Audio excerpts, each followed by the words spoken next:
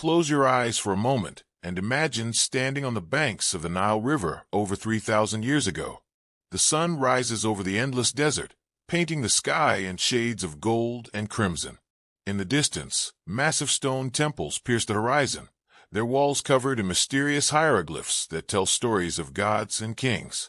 This is ancient Egypt, a civilization that would captivate the human imagination for millennia to come. For over 3,000 years, the ancient Egyptians built one of the most sophisticated and enduring civilizations the world has ever known. But beyond their architectural marvels and political achievements lies something even more fascinating.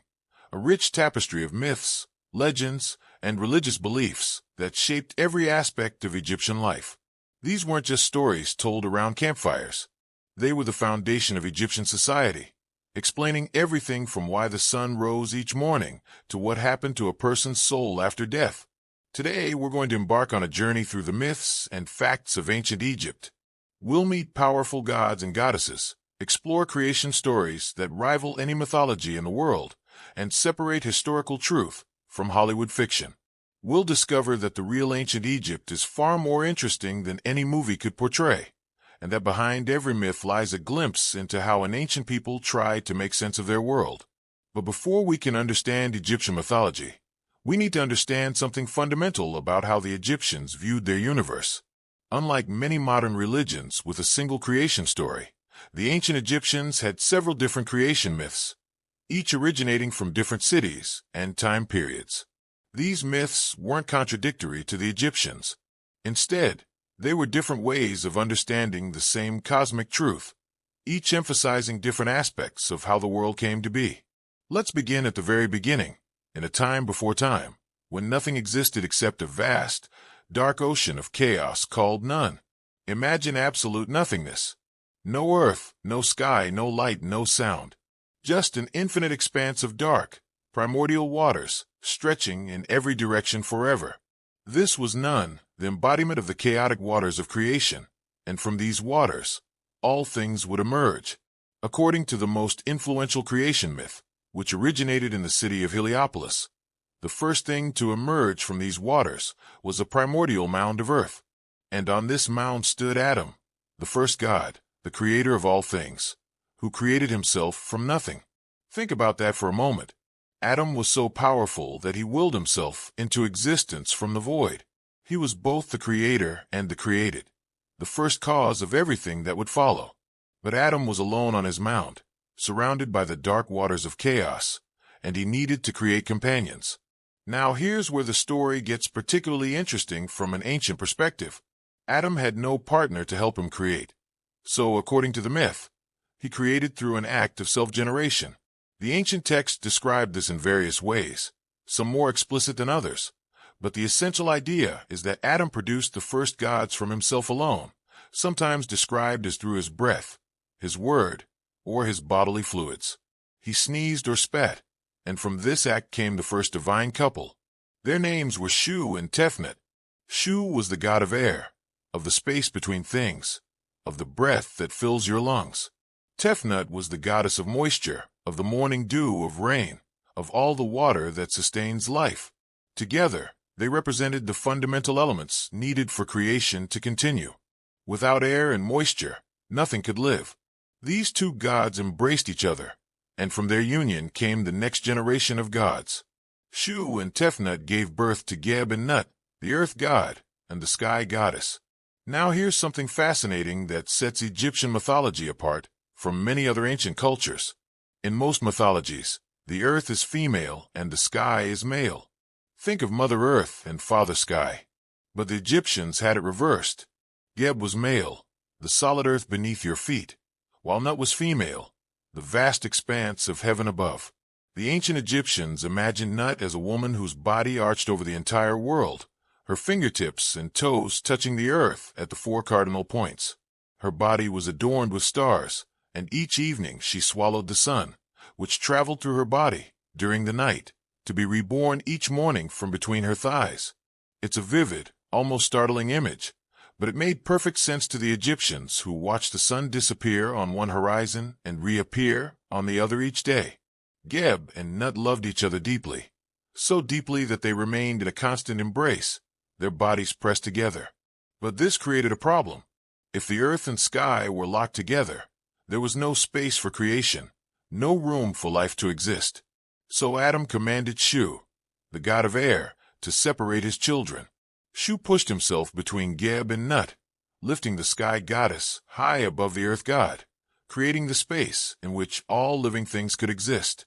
Even today, some Egyptian art shows Shu standing with his arms raised, holding Nut aloft above the reclining form of Geb.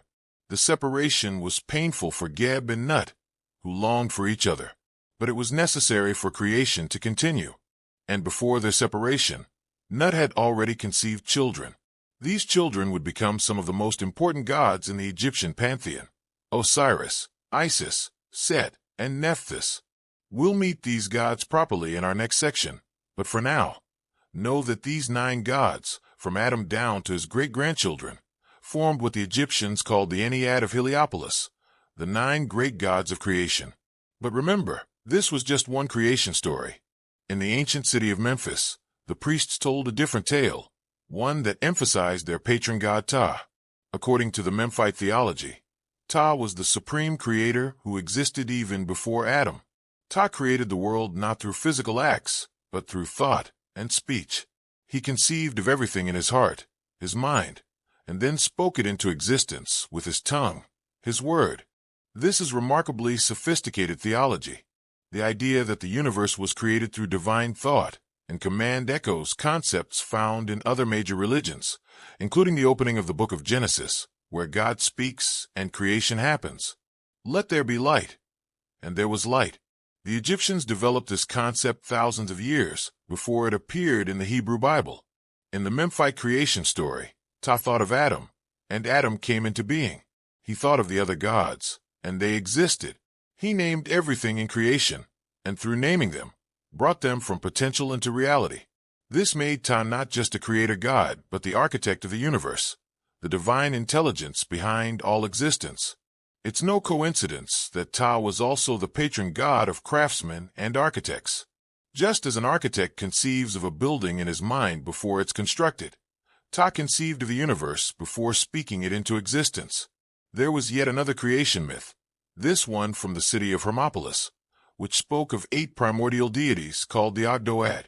These 8 gods represented the chaotic elements before creation: darkness and light, infinity and nothingness, water and dryness, hiddenness and revelation. These forces existed in the primordial chaos, and from their interaction came a cosmic egg. From this egg hatched the sun god, who brought light and order to the universe.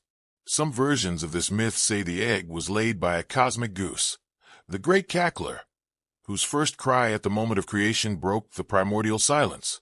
Other versions speak of a lotus flower that emerged from the waters of chaos, and when it bloomed, the newborn sun god sat in its center, radiating light into the darkness for the first time. Why did the Egyptians have so many different creation myths? It wasn't because they were confused or couldn't make up their minds.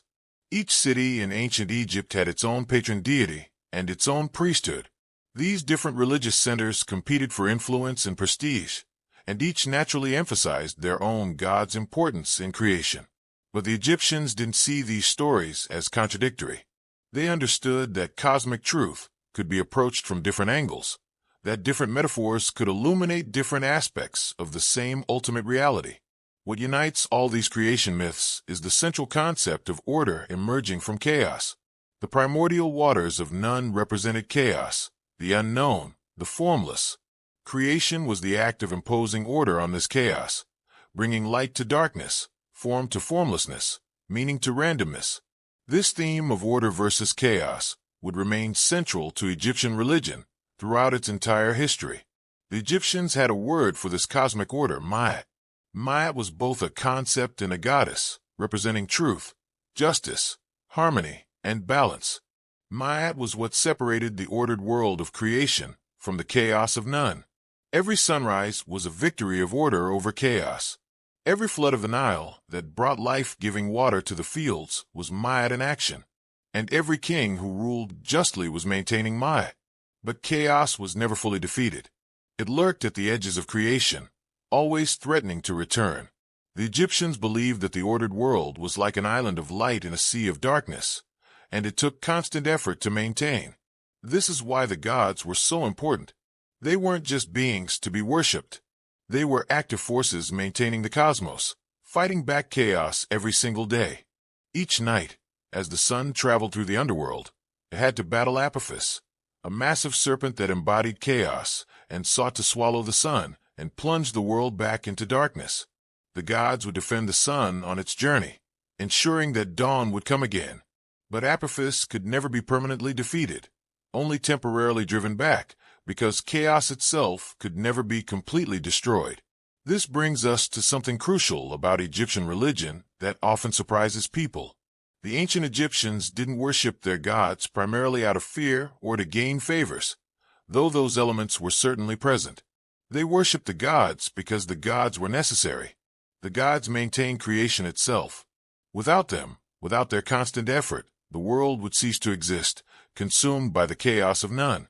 This is why the Egyptians built such magnificent temples and performed elaborate daily rituals. These weren't just acts of devotion. They were essential cosmic maintenance. When a priest made offerings to a god statue in a temple, he was literally feeding the god, giving them strength to continue their cosmic work. When the king performed rituals, he was participating in the maintenance of Maat, helping to hold back chaos. Now, you might be wondering, did the ancient Egyptians really believe all this? Did they think these myths were literally true?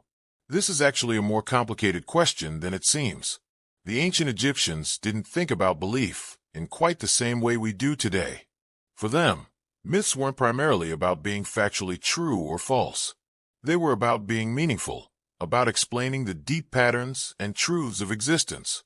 A farmer in ancient Egypt probably didn't spend much time pondering whether Nut literally swallowed the sun each night, but he understood the myth's essential truth, that the sun's daily journey was not random, but part of an ordered cosmos, that the same forces that brought the sun back each morning would bring the Nile's flood each year, would bring the seasons in their proper time. The myths provided a framework for understanding the patterns of life. The educated priests and scribes certainly developed sophisticated theological and philosophical interpretations of these myths. Some ancient Egyptian texts hint at more abstract understandings, where the gods represented cosmic principles rather than literal beings. But for most people, the myths were living stories that made sense of their world, that gave meaning to the rhythms of their lives. As we continue our journey through Egyptian mythology, we'll meet many more gods and hear many more stories. We'll discover that Egyptian religion was far more complex and sophisticated than it's often given credit for. These weren't primitive people creating simple stories. They were building a comprehensive system for understanding existence, one that would endure for over 3,000 years and continue to fascinate us even today. Now that we understand how the ancient Egyptians believed the world came into being, it's time to meet the gods who ruled over it. The Egyptian pantheon was vast and complex, with hundreds of deities worshipped across different regions and time periods. Some gods were ancient beyond memory, while others rose to prominence during particular dynasties. But among this multitude, certain gods stood out as particularly powerful, particularly important to the Egyptian understanding of the cosmos and human life. Let's begin with Ra, the sun god, perhaps the most important deity in all of Egyptian religion. If you remember only one Egyptian god, it would probably be Ra. His influence was so pervasive, his power so central to Egyptian thought, that nearly every other major god eventually became associated with him in some way. Ra was the sun itself, the blazing disk that crossed the sky each day. But he was far more than just a personification of the sun. Ra was the supreme creator, the king of the gods, the one who brought light and order to the world each morning. Every sunrise was Ra's victory over the forces of chaos. Every sunset was the beginning of his perilous journey through the underworld, where he would battle demons and the serpent Apophis before emerging triumphant at dawn. The Egyptians imagined Ra's daily journey in vivid detail. In the morning, Ra appeared as Khepri, depicted as a scarab beetle or as a man with a scarab for a head. The scarab beetle rolls a ball of dung across the ground, and the Egyptians saw in this a perfect metaphor for how Khepri rolled the sun across the sky. At noon, Ra appeared in his full glory as Horus, the powerful sun at its zenith. And in the evening, as the sun weakened and descended, he became Adam, the old man who would journey through the night. But Ra's night journey was far from restful. The underworld, called the Duat, was a realm of darkness and danger. Ancient Egyptian texts, particularly the Book of Gates and the Amduat, describe Ra's journey in remarkable detail. The sun god traveled in his solar bark, a magnificent boat, through 12 hours of night, each hour presenting different challenges and different regions of the underworld. In the 7th hour came the greatest danger. Here lurked Apophis, also called Apep, a monstrous serpent of unimaginable size. Apophis represented pure chaos, the antithesis of everything Ra stood for. Each night, Apophis tried to swallow Ra's bark and drink the waters of the underworld, which would plunge the world into eternal darkness. The battle between Ra and Apophis was cosmic and eternal. Ra could never permanently destroy Apophis, just as order can never permanently eliminate chaos. But with the help of other gods, particularly Set, who stood at the prow of the bark, Ra would drive Apophis back each night. Think about what this meant to an ancient Egyptian watching the sun set. They weren't just seeing a natural phenomenon. They were witnessing the beginning of a cosmic battle that would determine whether morning would ever come again. Every sunrise was proof that the gods had succeeded, that order had triumphed once more. Is it any wonder that the sun god was worshipped with such fervor? Ra's importance was so great that many other gods became fused with him. We have Ammonius Ra, combining the hidden god Ammonius with Ra. We have Horus, Ra combined with Horus.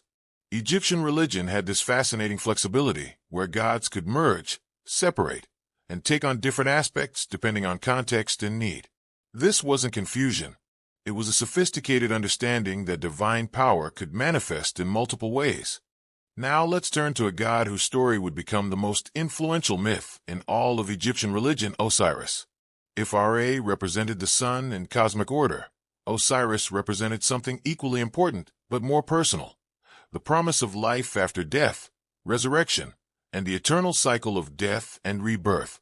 Osiris was originally a god of agriculture and fertility, which makes perfect sense when you understand ancient Egypt's dependence on the annual flooding of the Nile.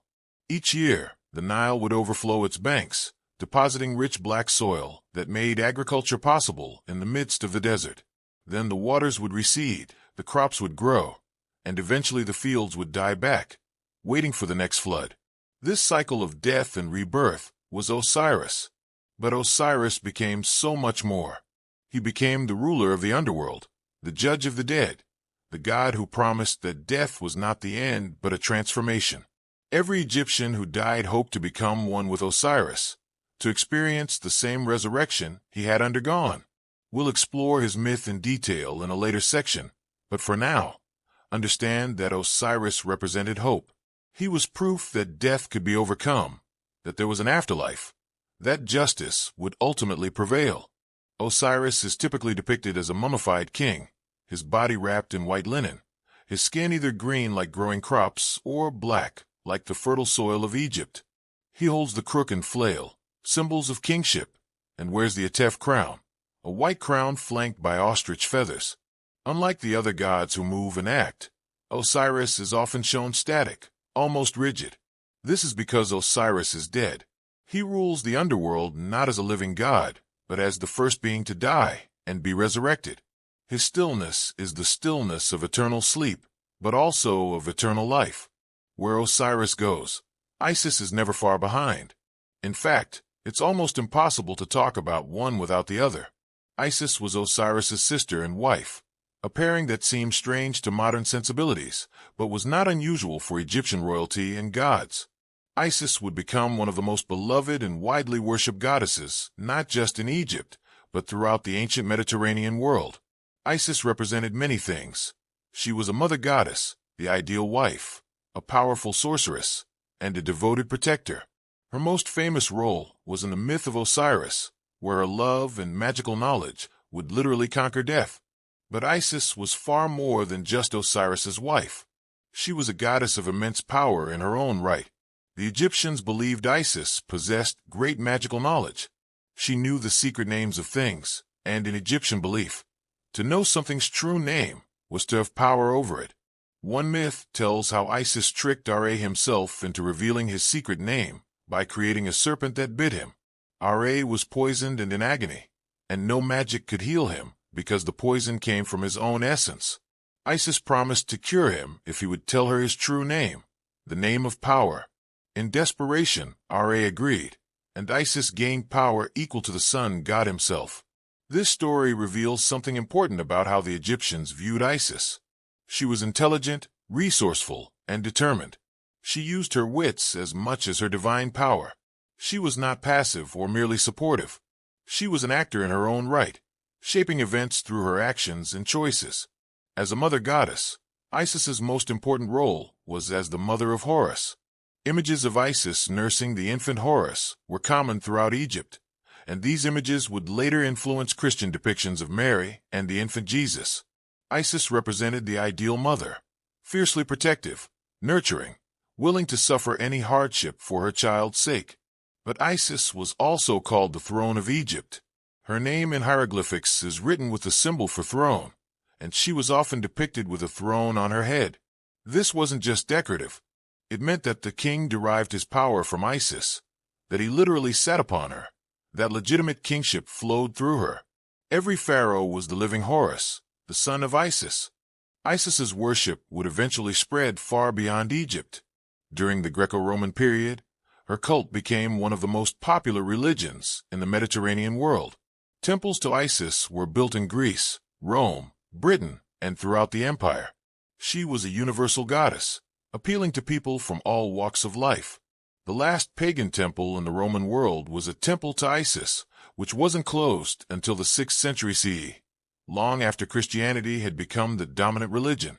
Now we come to a god who is more complex and more misunderstood than almost any other, Set. In modern popular culture, Set is often portrayed as simply evil, the Egyptian equivalent of the devil. But this is a gross oversimplification that misses the nuance of how the ancient Egyptians actually viewed this god.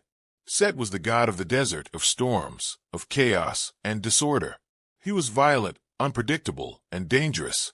His sacred animal was the mysterious Set animal, a creature that doesn't correspond to any real animal we know, depicted with a curved snout, tall rectangular ears, and a forked tail. Some scholars think it might represent an extinct species, while others believe it was always a mythical composite animal.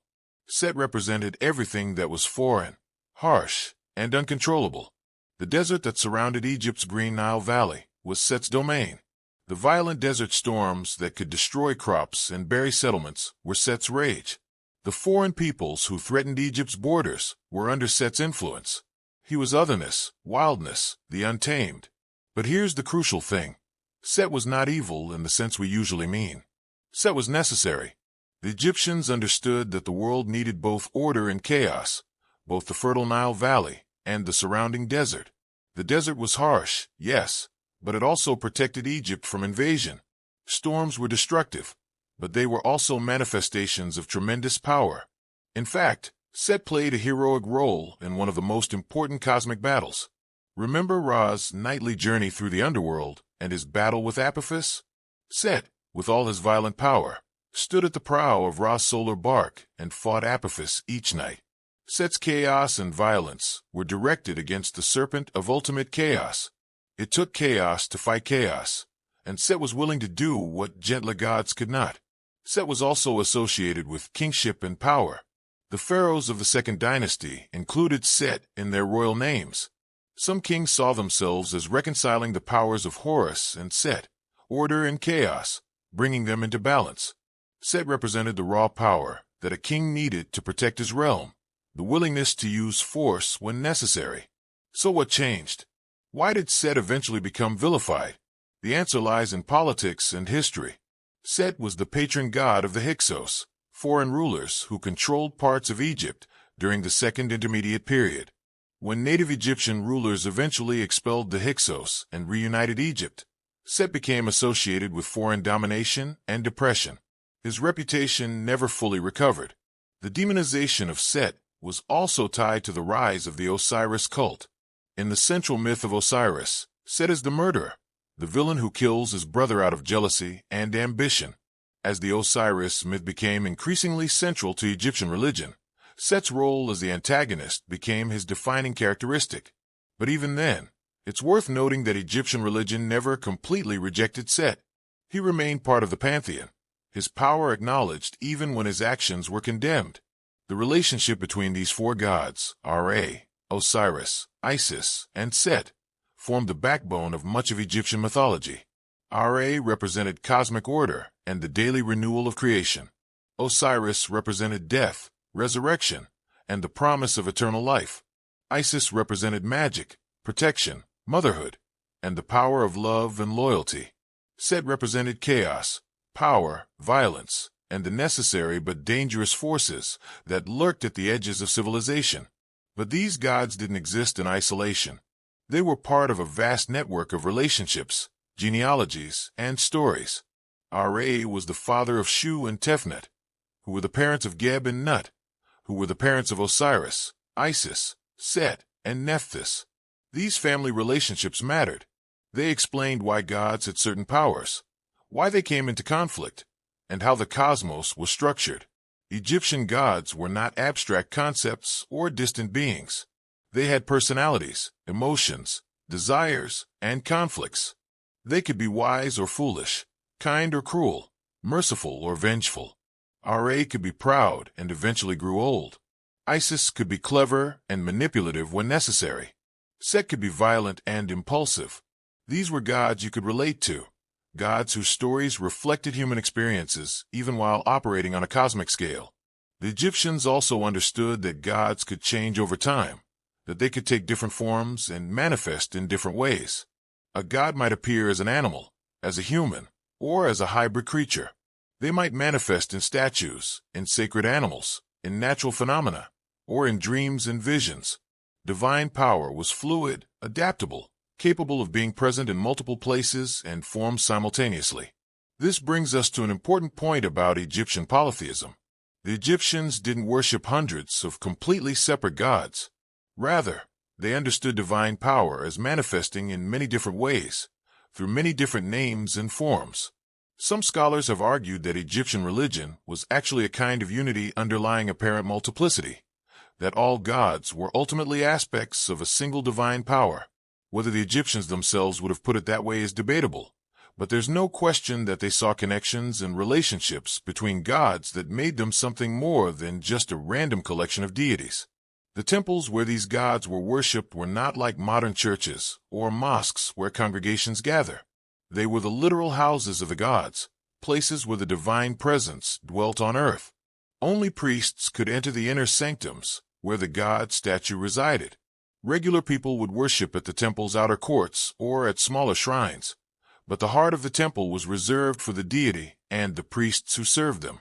Each day, priests would perform elaborate rituals to care for the god. They would open the shrine, bathe and dress the god's statue, and present offerings of food and drink. This wasn't symbolic. The Egyptians believed the god's Ba, or spiritual essence, inhabited the statue and actually consumed the spiritual essence of the offerings. The physical food would later be distributed to the priests and temple workers, but the god had already taken what they needed from it. These rituals mattered because the gods needed human worship and offerings to maintain their strength, and humans needed the gods to maintain cosmic order. It was a relationship of mutual dependence, a compact between the divine and mortal realms that kept the universe functioning. When the rituals were performed correctly, when offerings were made, when prayers were said, both gods and humans benefited. Maat was maintained, and chaos was held at bay for another day. We've met some of the most powerful gods in the Egyptian pantheon, but our journey through the divine realm is far from complete.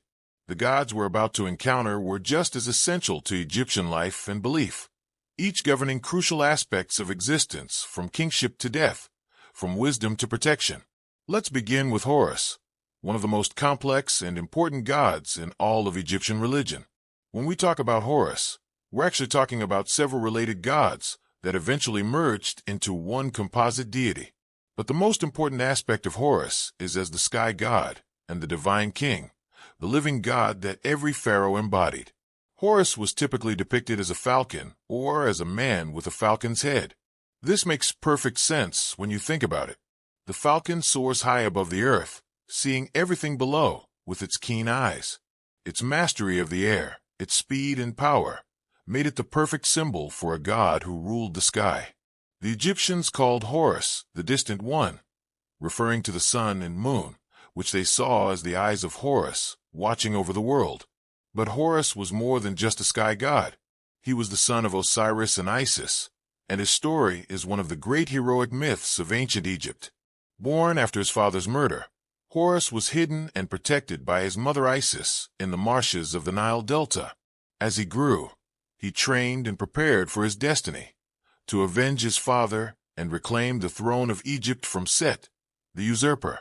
The conflict between Horus and Set would become one of the central myths of Egyptian religion, a story told and retold with many variations over thousands of years.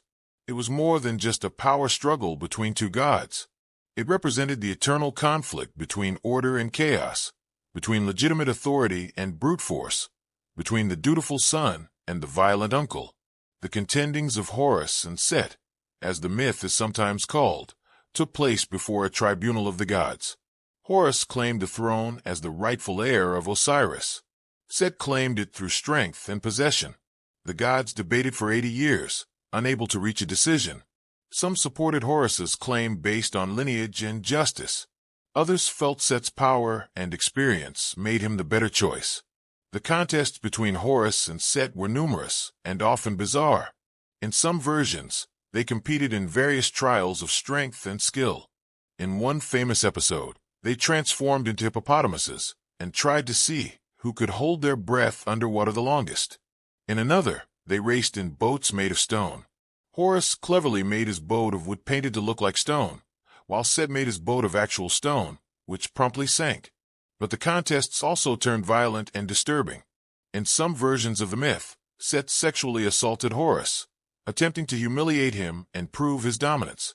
But Isis helped Horus turn the tables, and through magical trickery, Horus was able to humiliate Set before the divine council instead. These stories reflect the harsh realities of ancient Egyptian politics and power struggles, where any method might be used to discredit an opponent. Eventually, the gods ruled in favor of Horus. He became the rightful king of Egypt, while Set was given dominion over the desert and storms. Some versions of the myth end with reconciliation, with Horus and Set learning to work together, their opposing forces brought into balance. Other versions maintain their enmity, with Set remaining the eternal adversary. What matters most about this myth is what it meant for Egyptian kingship. Every pharaoh was considered the living Horus, the embodiment of the god on earth. When a king died, he became Osiris, the king of the dead, and his son became the new Horus. This divine succession legitimized royal power and connected every king directly to the gods. The pharaoh wasn't just appointed by the gods. He was a god, linking heaven and earth, maintaining Maat through his very existence. Now let's turn to a god whose image is instantly recognizable even to those who know little about Egypt. Anubis, the jackal-headed god of mummification and the dead. With his black canine head and human body, Anubis has become one of the most iconic images of ancient Egyptian religion. Why a jackal? The answer is both practical and spiritual. Wild jackals and dogs were often seen around cemeteries and burial grounds, scavenging on poorly buried corpses. Rather than seeing this as desecration, the Egyptians transformed the scavenger into a protector. If jackals haunted the places of the dead, then perhaps a jackal god should guard those places and guide the deceased through the dangers of the afterlife. Anubis's role was crucial in the Egyptian conception of death. He was the god of embalming, the one who invented mummification itself. According to myth, when Osiris was murdered and dismembered by Set, it was Anubis who gathered the pieces and performed the first mummification, preserving Osiris's body for resurrection. From that moment on, every body that was mummified was treated as Osiris, prepared for the afterlife through Anubis's sacred techniques. The priests who performed mummification wore Anubis masks during the ritual, literally embodying the god as they worked. Mummification was not simply a preservation technique. It was a profoundly religious act, a sacred transformation that prepared the deceased for eternal life. Every step of the 70-day process had ritual significance, and Anubis presided over it all. But Anubis's responsibilities didn't end with mummification. He was also the guardian of the scales in the Hall of Judgment, where the hearts of the dead were weighed against the feather of Maat. Picture this scene. The deceased stands before the great scales, their heart placed on one side, the feather representing truth and justice on the other. Anubis operates the scales, ensuring they are perfectly balanced, that the weighing is fair. The fate of the soul hangs in the balance, literally. If the heart is lighter than or equal to the feather, the deceased is pure enough to enter the afterlife. If the heart is heavier, weighed down by sin and wrongdoing, it will be devoured by Ammit, the devourer of the dead, and the soul will cease to exist. Anubis's role is not to judge but to ensure accuracy, to make certain that justice is done. He is the impartial administrator of divine justice, and every Egyptian hoped to pass the test he supervised. Anubis was also a guide, leading souls through the dangerous paths of the underworld. The journey through the Duat was perilous, filled with demons, obstacles, and tests. A soul needed a guide who knew the way, and Anubis provided that service. He was often called the opener of the ways, clearing the path for the deceased. In later periods of Egyptian history, Anubis's role was somewhat reduced as Osiris became more prominent in the afterlife mythology. But Anubis never disappeared. He remained essential to the funerary process, and his image continued to guard tombs and watch over the dead throughout Egyptian history. Now we come to Thoth, a god of a very different character. If Anubis represented the physical processes of death and preservation, Thoth represented the mind, intellect, and knowledge itself. Thoth was the god of writing, wisdom, magic, science, judgment, and the moon. He was the divine scribe, the record-keeper of the gods, and the inventor of hieroglyphic writing itself. Thoth was depicted either as an ibis, a long-beaked wading bird, or as a baboon, or as a man with the head of an ibis. Both animals were associated with wisdom in Egyptian thought. The ibis was careful and methodical in its movements, poking through the mud with its beak in what seemed like a deliberate, thoughtful manner. The baboon was intelligent, capable of learning, and sacred baboons were kept at temples and observed closely by priests. According to myth, Thoth created himself through the power of language, speaking his own name and coming into existence. This makes Thoth similar to Thot in representing the creative power of words and thought. In fact, Thoth was often called the heart and tongue of Ra, meaning he was the intelligence and voice of the supreme god, the one who transformed Roswell into reality through speech. Thoth's greatest gift to humanity was writing. The Egyptians called their hieroglyphic script the words of the god, and that god was Thoth. Writing was not just a practical tool for record-keeping. It was divine magic, a way of capturing thought and making it eternal. Words carved in stone would last forever, and through them, the names and deeds of kings and commoners alike could achieve immortality. As the divine scribe, Thoth recorded everything. He kept the annals of the gods, recording their deeds and judgments.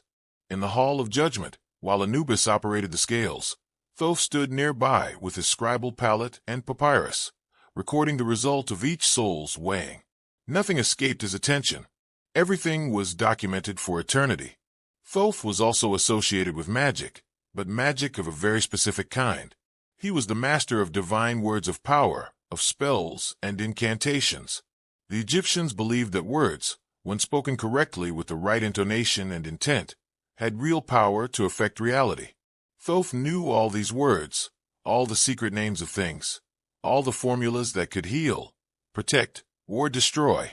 Magician priests invoked Thoth when performing magic, calling on his authority and knowledge. As the moon god, Thoth had an interesting relationship with Ra, the sun god. In some myths, Thoth was said to regulate time itself, measuring out the days, months, and years. The lunar calendar was particularly associated with Thoth, and the waxing and waning of the moon was seen as Thoth's eye being damaged and healed in a constant cycle. One myth tells how Thoth gambled with the moon for portions of its light, and from the light he won, he created 5 extra days that were added to the Egyptian calendar of 360 days. giving them the 365-day year. Thoth also played the role of mediator among the gods. When disputes arose, Thoth would often step in to negotiate and find peaceful solutions. He was rational, logical, and fair. In the contest between Horus and Set, Thoth served as an advisor and advocate, using his wisdom to guide the divine tribunal toward a just decision. He represented the power of reason and discourse over violence and chaos. The Greeks later identified Thoth with their god Hermes, and from this association came Hermes Trismegistus, thrice great Hermes, a legendary figure who would become central to Western occult and philosophical traditions.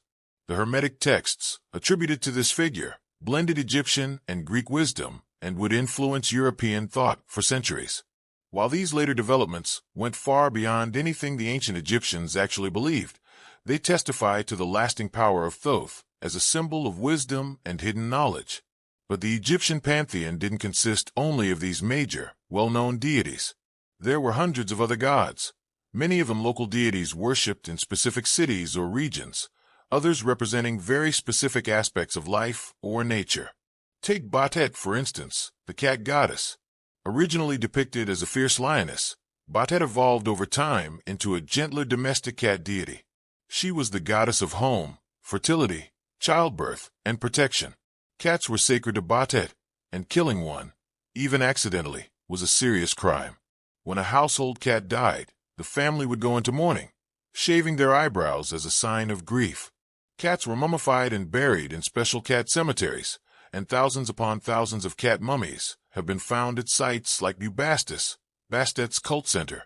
Bastet was often depicted as a woman with a cat's head, holding a sistrum, a musical instrument, or an aegis, a ceremonial breastplate. She represented the protective and nurturing aspects of feline nature, though she could still be fierce when defending her children or her home. Festivals of Bastet were joyous occasions with music, dancing, and celebration, quite different from the solemn rituals associated with gods like Osiris. Related to Bastet was Sekhmet, the lioness goddess. While Bastet became gentler over time, Sekhmet remained fearsome. She was the goddess of war, pestilence, and divine vengeance. One myth tells how Ra, angered by human rebellion, sent Sekhmet to punish humanity.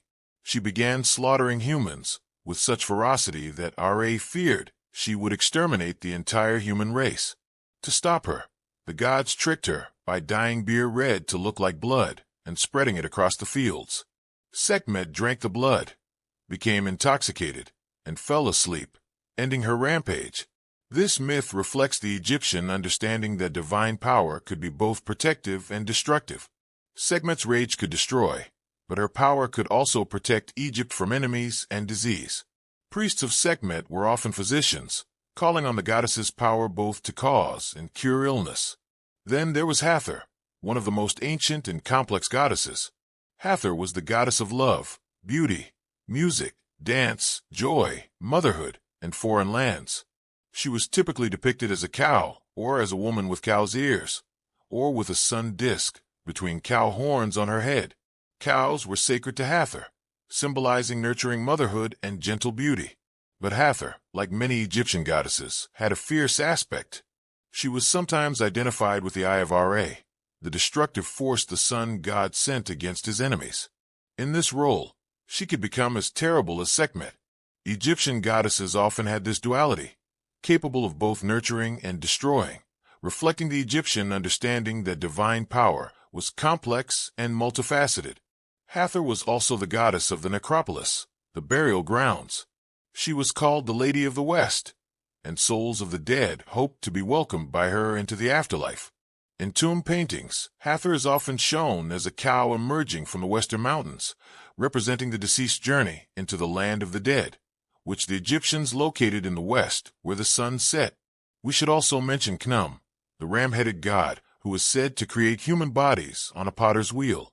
Every person's physical form was literally crafted by Khnum, molded from clay like a potter creates a vessel.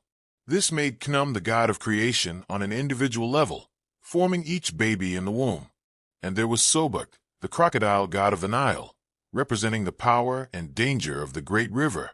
Crocodiles were both feared and respected, capable of killing humans, but also symbols of strength and fertility.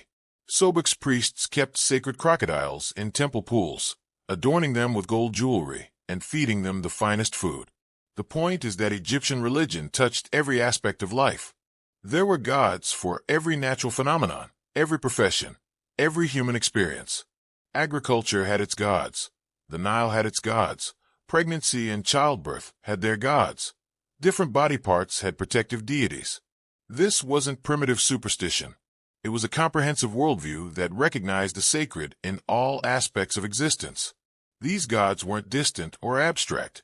They were present in daily life, in the Nile's flood and the desert's heat, in the birth of a child and the death of a parent, in the craftsman's skill and the scribe's writing. Every aspect of existence was touched by the divine, and every Egyptian, from the pharaoh to the humblest farmer, lived in a world saturated with sacred power and meaning. We've mentioned Osiris several times now, but we haven't yet told his full story. The myth of Osiris is perhaps the most important narrative in all of Egyptian religion. It's a story of murder and resurrection, of love and loyalty, of justice triumphing over chaos. More than any other myth, the Osiris story shaped how ancient Egyptians understood death, the afterlife, and the moral order of the universe. Let's go back to the beginning, to a time when Osiris was not the lord of the underworld, but the living king of Egypt.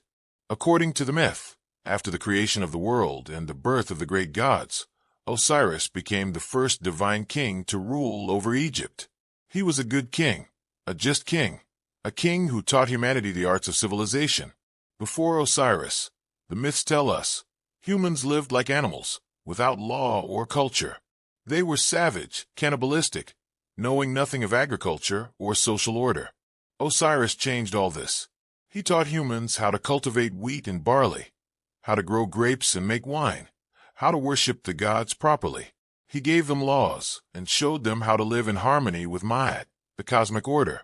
Under Osiris's rule, Egypt became a paradise, a land of peace, prosperity, and justice. Osiris was married to his sister Isis, and their love was as legendary as Osiris's wisdom. Isis was not just a wife, but a partner in rulership, a goddess of great magical power who stood beside her husband in all things. Together, they represented the ideal of divine kingship, the perfect balance of male and female, of power and wisdom, of justice and mercy. But Osiris had a brother, and that brother was Set. Now, the myths give different reasons for Set's jealousy and hatred. Some say Set coveted the throne and resented Osiris's popularity. Others suggest deeper personality conflicts, Set's chaotic nature unable to tolerate Osiris's order and civilization. Whatever the reason, Set plotted against his brother, planning a murder that would shake the foundations of the cosmos. Set was clever. He couldn't simply attack Osiris openly, not while the king was beloved by gods and humans alike. So Set devised a scheme. He had craftsmen build a beautiful chest, a coffin really, but one so ornate and beautiful that it seemed like a treasure rather than a tomb. This chest was built to the exact measurements of Osiris's body, though no one else knew this. Set threw a great feast and invited Osiris and many other gods. During the celebration, when wine flowed freely and spirits were high, Set brought out the magnificent chest. He announced that whoever could fit perfectly inside the chest could keep it as a gift. One by one, the guests tried, but none fit correctly. The chest was too long for some, too narrow for others. Finally, Osiris tried, and of course, being made to his exact dimensions, he fit perfectly. The moment Osiris lay down inside, Set's conspirators rushed forward. They slammed the lid shut, nailed it closed, and sealed it with molten lead. Osiris was trapped inside, unable to escape, suffocating in the darkness. Set and his followers then carried the chest to the Nile and threw it in, sending it floating downstream toward the sea. Imagine Isis's horror when she discovered what had happened. Her husband, her beloved, murdered through treachery and deception. But Isis did not collapse in grief. She did not accept defeat. Instead, she began a quest that would take her across Egypt and beyond, searching for Osiris's body.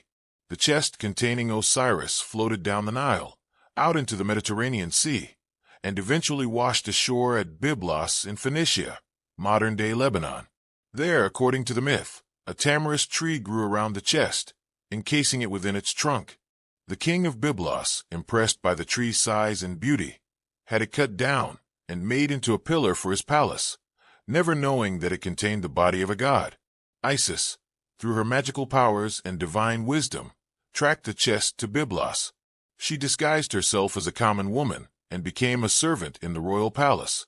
She befriended the queen and was eventually made the nurse to the royal children. At night, when no one watched, Isis would use her magic, attempting to make the youngest prince immortal by burning away his mortality in sacred flames. But one night, the queen saw Isis placing her child in the fire and screamed in terror. Isis then revealed her true divine form, and in her radiance and power, the queen and king recognized that they stood before a goddess. Isis explained her quest, and the king, awed and fearful, gave her the pillar. Isis cut open the tree and retrieved the chest containing Osiris's body. She brought Osiris back to Egypt and hid his body in the marshes of the delta while she searched for the magical means to resurrect him. But Set discovered what had happened. In a rage, he tracked down Osiris's body and, to ensure his brother could never return, Set dismembered Osiris, cutting his body into pieces. Different versions of the myth give different numbers. Some say 14 pieces, others 42, one for each nome or district of Egypt. Set scattered these pieces across the entire land, from the delta to the far south. This act of dismemberment was more than just murder. It was an attempt to destroy Osiris completely, to prevent his resurrection, to erase him from existence. In Egyptian belief, the integrity of the body was essential for the afterlife. Without a complete body, there could be no resurrection, no eternal life. Set thought he had one permanently, but he had not counted on Isis's determination and love. Once again, Isis set out on a quest, this time even more difficult than the first. She searched the length and breadth of Egypt for the scattered pieces of her husband's body. And she did not search alone. Her sister Nephthys, who had been Set's wife, but was horrified by his crimes, joined her. Together, the two goddesses combed through Egypt, finding piece after piece of Osiris. Wherever Isis found a piece of Osiris, she buried it and built a shrine. This is why, in later Egyptian tradition, multiple cities claimed to be the burial place of Osiris. Each had a piece of the god. Each was sacred ground. The quest was long and arduous, but Isis's love never wavered. She found every piece except one. According to most versions of the myth, Osiris's phallus had been eaten by fish in the Nile, and Isis had to magically recreate it. Once she had gathered all the pieces, Isis performed the first mummification, wrapping Osiris's body and magically reassembling it. She was assisted in this by Anubis, the jackal god, who helped preserve and prepare the body.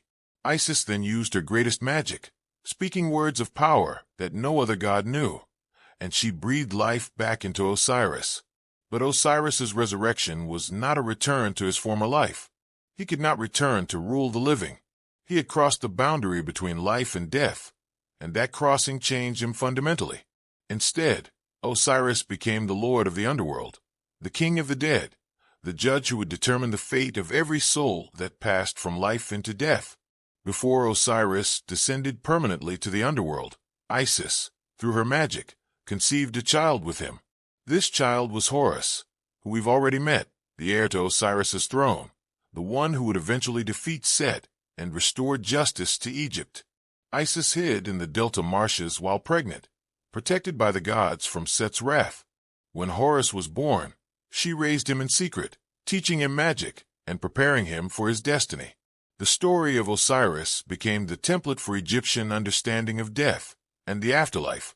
Every person who died became identified with Osiris. In death, you were Osiris. Your mummification recreated Isis's mummification of Osiris. Your funeral rites enacted the god's resurrection. And if you passed the judgment of the afterlife, if your heart was pure, you would live eternally in the field of reeds, just as Osiris lived eternally as Lord of the Dead.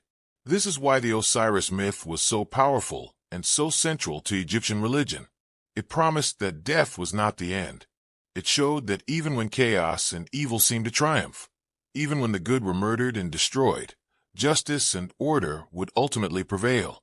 Love was stronger than death. Maat would be restored. The righteous would be rewarded with eternal life. The myth also established crucial concepts about morality and justice. Osiris was good, just, civilized. He brought order and culture to the world. Set represented chaos, violence, and selfish ambition. The struggle between them was not just political, but cosmic and moral. It mattered how you lived. It mattered whether you served Maat or opposed it. There would be judgment after death, and the wicked would be punished while the righteous were rewarded. This brings us directly to the Egyptian concept of Maat, which we've mentioned several times, but need to understand more deeply. Maat was truth, justice, harmony, balance, order, law, morality, and right relationship all rolled into one concept. Maat was both an abstract principle and a goddess, depicted as a woman with an ostrich feather on her head. Maat was what held the universe together. It was the order that emerged from chaos at creation, and it had to be constantly maintained against the forces of chaos that always threatened to return. Every sunrise was Maat. Every Nile flood arriving on schedule was Maat. Every king ruling justly was Maat. Every person speaking truth and acting righteously was serving Maat. The opposite of Maat was Isfet, chaos, disorder, falsehood, injustice, and wrong relationship. Isfet was the primordial chaos of none threatening to overwhelm creation. It was Set's violence and Apophis's attempt to swallow the sun. It was lying, stealing, murder, oppression, and all forms of wrongdoing. To act against Maat was to serve Isfet, to help chaos regain its hold on the world. The pharaoh's primary responsibility was to maintain Maat. Every ritual he performed, every judgment he rendered, every battle he fought was in service of Maat. The king was the nexus between heaven and earth, the one through whom the gods maintained cosmic order in the human realm. This is why pharaohs were depicted making offerings to Maat, literally presenting Maat to the gods, showing that they had maintained order and justice during their rule. But Maat wasn't just the king's responsibility. Every Egyptian was expected to live according to Maat. This meant speaking truth, dealing fairly with others, respecting the gods, honoring one's parents, not stealing or murdering, not oppressing the weak, not committing adultery, and numerous other ethical requirements. These weren't arbitrary rules, but cosmic principles. To violate Maat was to weaken the fabric of reality itself. This ethical dimension of Egyptian religion is often overlooked, but it was absolutely central. The Egyptians didn't believe you could achieve a happy afterlife simply through wealth or proper burial. You had to live righteously. You had to serve Maat in your daily life, and you would be judged for your actions after death. The judgment scene is one of the most famous images in Egyptian art. The deceased stands before the divine tribunal in the Hall of Two Truths. Their heart is removed and placed on one side of a scale. On the other side is placed the feather of Maat, representing truth and justice. Anubis operates the scales, while Thot records the result. Before the weighing, the deceased must recite what's known as the negative confession, a long list of sins they claim not to have committed. I have not killed. I have not stolen. I have not told lies. I have not been angry without cause. I have not committed adultery. I have not been proud. I have not caused anyone to weep. I have not made anyone suffer. The list goes on, covering virtually every conceivable ethical violation. This wasn't a simple legal proceeding. The deceased wasn't just claiming innocence. They had to speak truth in the Hall of Truth itself, where lies were impossible. Their heart, which the Egyptians believed was the seat of thought, emotion, and moral character, bore witness to every action of their life. The heart knew the truth, and the feather of Maat would reveal it. If the heart and feather balanced, if the deceased had lived according to Maat, their heart was pure and light. They were declared justified, or true of voice, and they could proceed to the field of reeds, the Egyptian paradise. There they would live eternally in a perfected version of Egypt, with abundant food, no suffering, and reunion with loved ones who had gone before. But if the heart was heavy with sin, weighed down by violations of Maat, the consequences were terrible. A monster waited beside the scales, a creature called Ammit, the devourer of the dead. Ammit had the head of a crocodile, the front body of a lion, and the rear of a hippopotamus, combining three of the most dangerous animals known to the Egyptians. If the judgment went against the deceased, Ammit would devour their heart, and they would cease to exist entirely. This was the second death, final and absolute, annihilation of the soul itself. This concept of judgment after death, of moral accountability and eternal consequences, profoundly influenced later religions, including Judaism, Christianity, and Islam. The idea that how you live determines your fate after death, that there is cosmic justice even if earthly justice fails, became fundamental to Western religion and ethics. And it all traces back to the Egyptians and their concept of Maat. The Osiris myth and the concept of Maat gave the Egyptians something precious: hope and meaning. Life could be hard in ancient Egypt. Disease, famine, war, and early death were common. The wealthy and powerful could oppress the poor with little consequence in this life. But the Egyptians believed that justice would ultimately prevail. Osiris, the good king, had been murdered but was resurrected. Set, the murderer, was eventually defeated. And every person, rich or poor, powerful or weak, would stand before the same scales and be judged by the same standard. Maat applied to everyone equally. That was a radical and powerful idea. Death was not the end for the ancient Egyptians.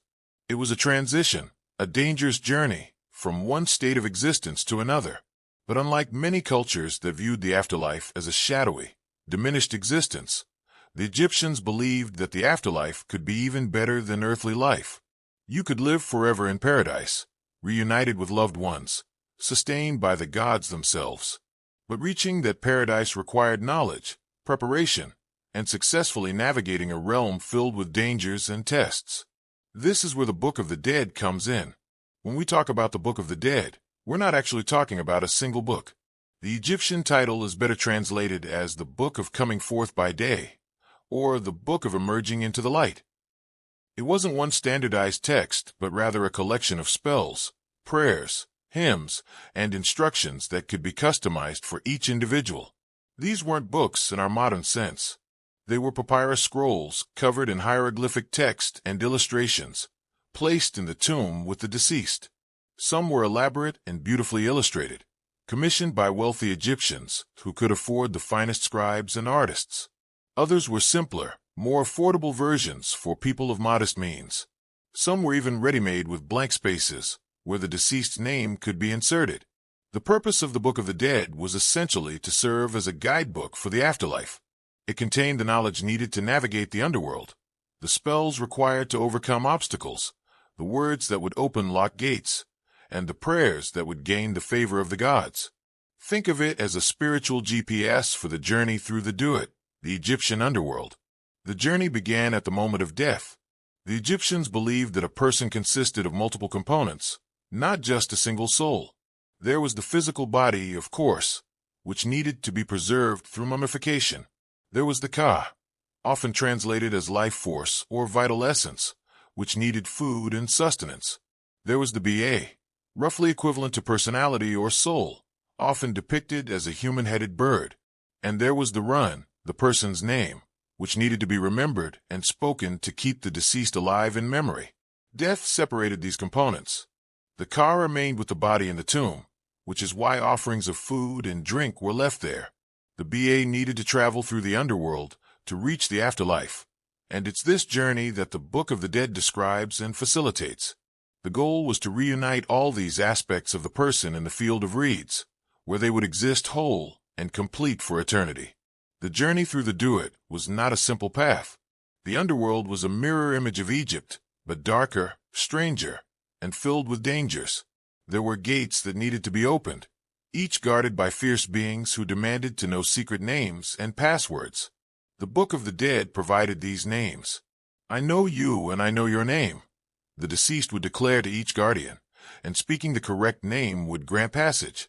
There were rivers that needed to be crossed, but no boat unless you knew the right spell. There were hostile demons and dangerous creatures that would attack the unwary traveler. Some had to be fought, others had to be appeased with the correct words, and still others could be avoided entirely if you knew the right path.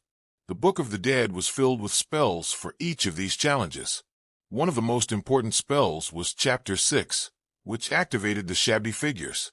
Shabtis were small servant statues placed in the tomb with the deceased. The Egyptians believed that even in the afterlife, there would be work to do. Fields to plow, irrigation ditches to dig, crops to harvest. The Shabdi spell would bring these figures to life to do this work on behalf of the deceased. O Shabdi, if I am called upon to do any work in the realm of the dead, you shall say, here I am. I will do it. Wealthy Egyptians were buried with hundreds of Shabtis, enough to work in shifts throughout the year.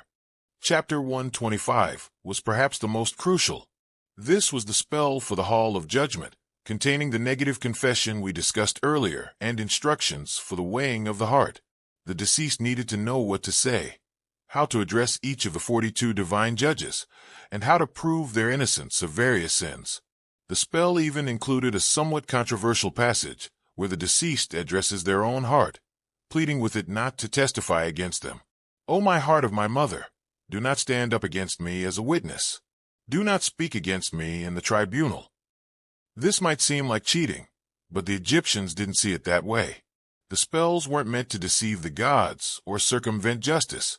Rather, they were a way of ensuring that the deceased could properly articulate their righteousness, that they wouldn't fail the test due to fear or forgetfulness.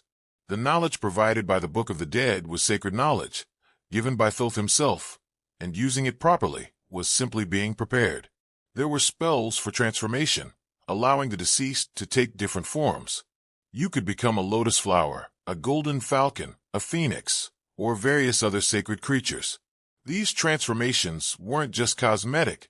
They allowed the deceased to travel in different ways, to access different abilities, and to participate more fully in the divine realm. Chapter 77, for instance, allowed transformation into a golden falcon, letting the deceased fly through the underworld like Horus himself. There were spells to ensure the deceased would have food and water in the afterlife. Spell 52 prevents someone from eating feces or drinking urine in the realm of the dead, a very practical concern since the Egyptians worried about being forced to consume unclean things. Spell 54 ensures the deceased will have bread. Spell 55 gives them breath. These weren't minor concerns. The Egyptians imagined the afterlife as a real place where you would have real needs. Some spells seem strange to modern readers, but made perfect sense in the Egyptian context. There are spells to prevent your head from being cut off in the underworld, spells to prevent your heart from being stolen, spells to remember your own name. Each addressed a specific fear or danger that the Egyptians associated with death and the afterlife. The Book of the Dead wasn't static. It evolved over time, with new spells being added and old ones modified. The earliest versions from the Old Kingdom are known as the pyramid texts because they were carved on the walls of royal pyramids. These were exclusively for kings, containing spells to help the pharaoh join the gods in the sky. During the Middle Kingdom, these texts were adapted and expanded into the coffin texts, painted on the inside of coffins. Now, wealthy nobles and officials could access the same knowledge that was once reserved for kings. This democratization of the afterlife was a significant development in Egyptian religion. No longer was eternal life the exclusive privilege of royalty. Anyone who could afford the proper burial preparations had a chance at paradise. By the New Kingdom, these texts had evolved into what we now call the Book of the Dead, written on papyrus scrolls and available to anyone who could afford them. There were even cheaper versions for people of modest means, though these might have fewer spells or simpler illustrations. The knowledge of the afterlife had become, if not universal, at least widely accessible. The illustrations in the Book of the Dead are as important as the text. They show the deceased making offerings to gods, navigating the underworld, transforming into various creatures, and standing before the scales of judgment. These weren't just decorations. They were visual representations that helped the spells work, making the desired outcomes manifest through both word and image. One of the most common images shows the deceased in the field of reeds, the Egyptian paradise. This field, also called the Field of Yarrow, was imagined as an idealized version of Egypt. There were abundant crops growing in rich soil. The Nile flowed with clear water. The weather was always perfect. The deceased could plow and harvest, but the work was easy and pleasant, not the backbreaking labor of earthly life. In the field of reeds, you would live in a beautiful house and be reunited with family members who had died before you. You could enjoy all the pleasures of earthly life: food, drink, love, entertainment, but without any of the pain, disease, or death. You would serve Osiris and the gods, but this service would be joyful and honored. You would live forever, never aging, never suffering, in a state of perfect contentment. Some texts describe the field of reeds as having 7 gates, each leading to different regions. The deceased would need to know the names of these gates and their guardians to explore fully. The field was surrounded by a wall of iron, protecting it from the chaos outside. Within this protected space, Maat reigned supreme, and all was as it should be. But not everyone's vision of the afterlife was the same. Kings and high-ranking nobles sometimes had different expectations.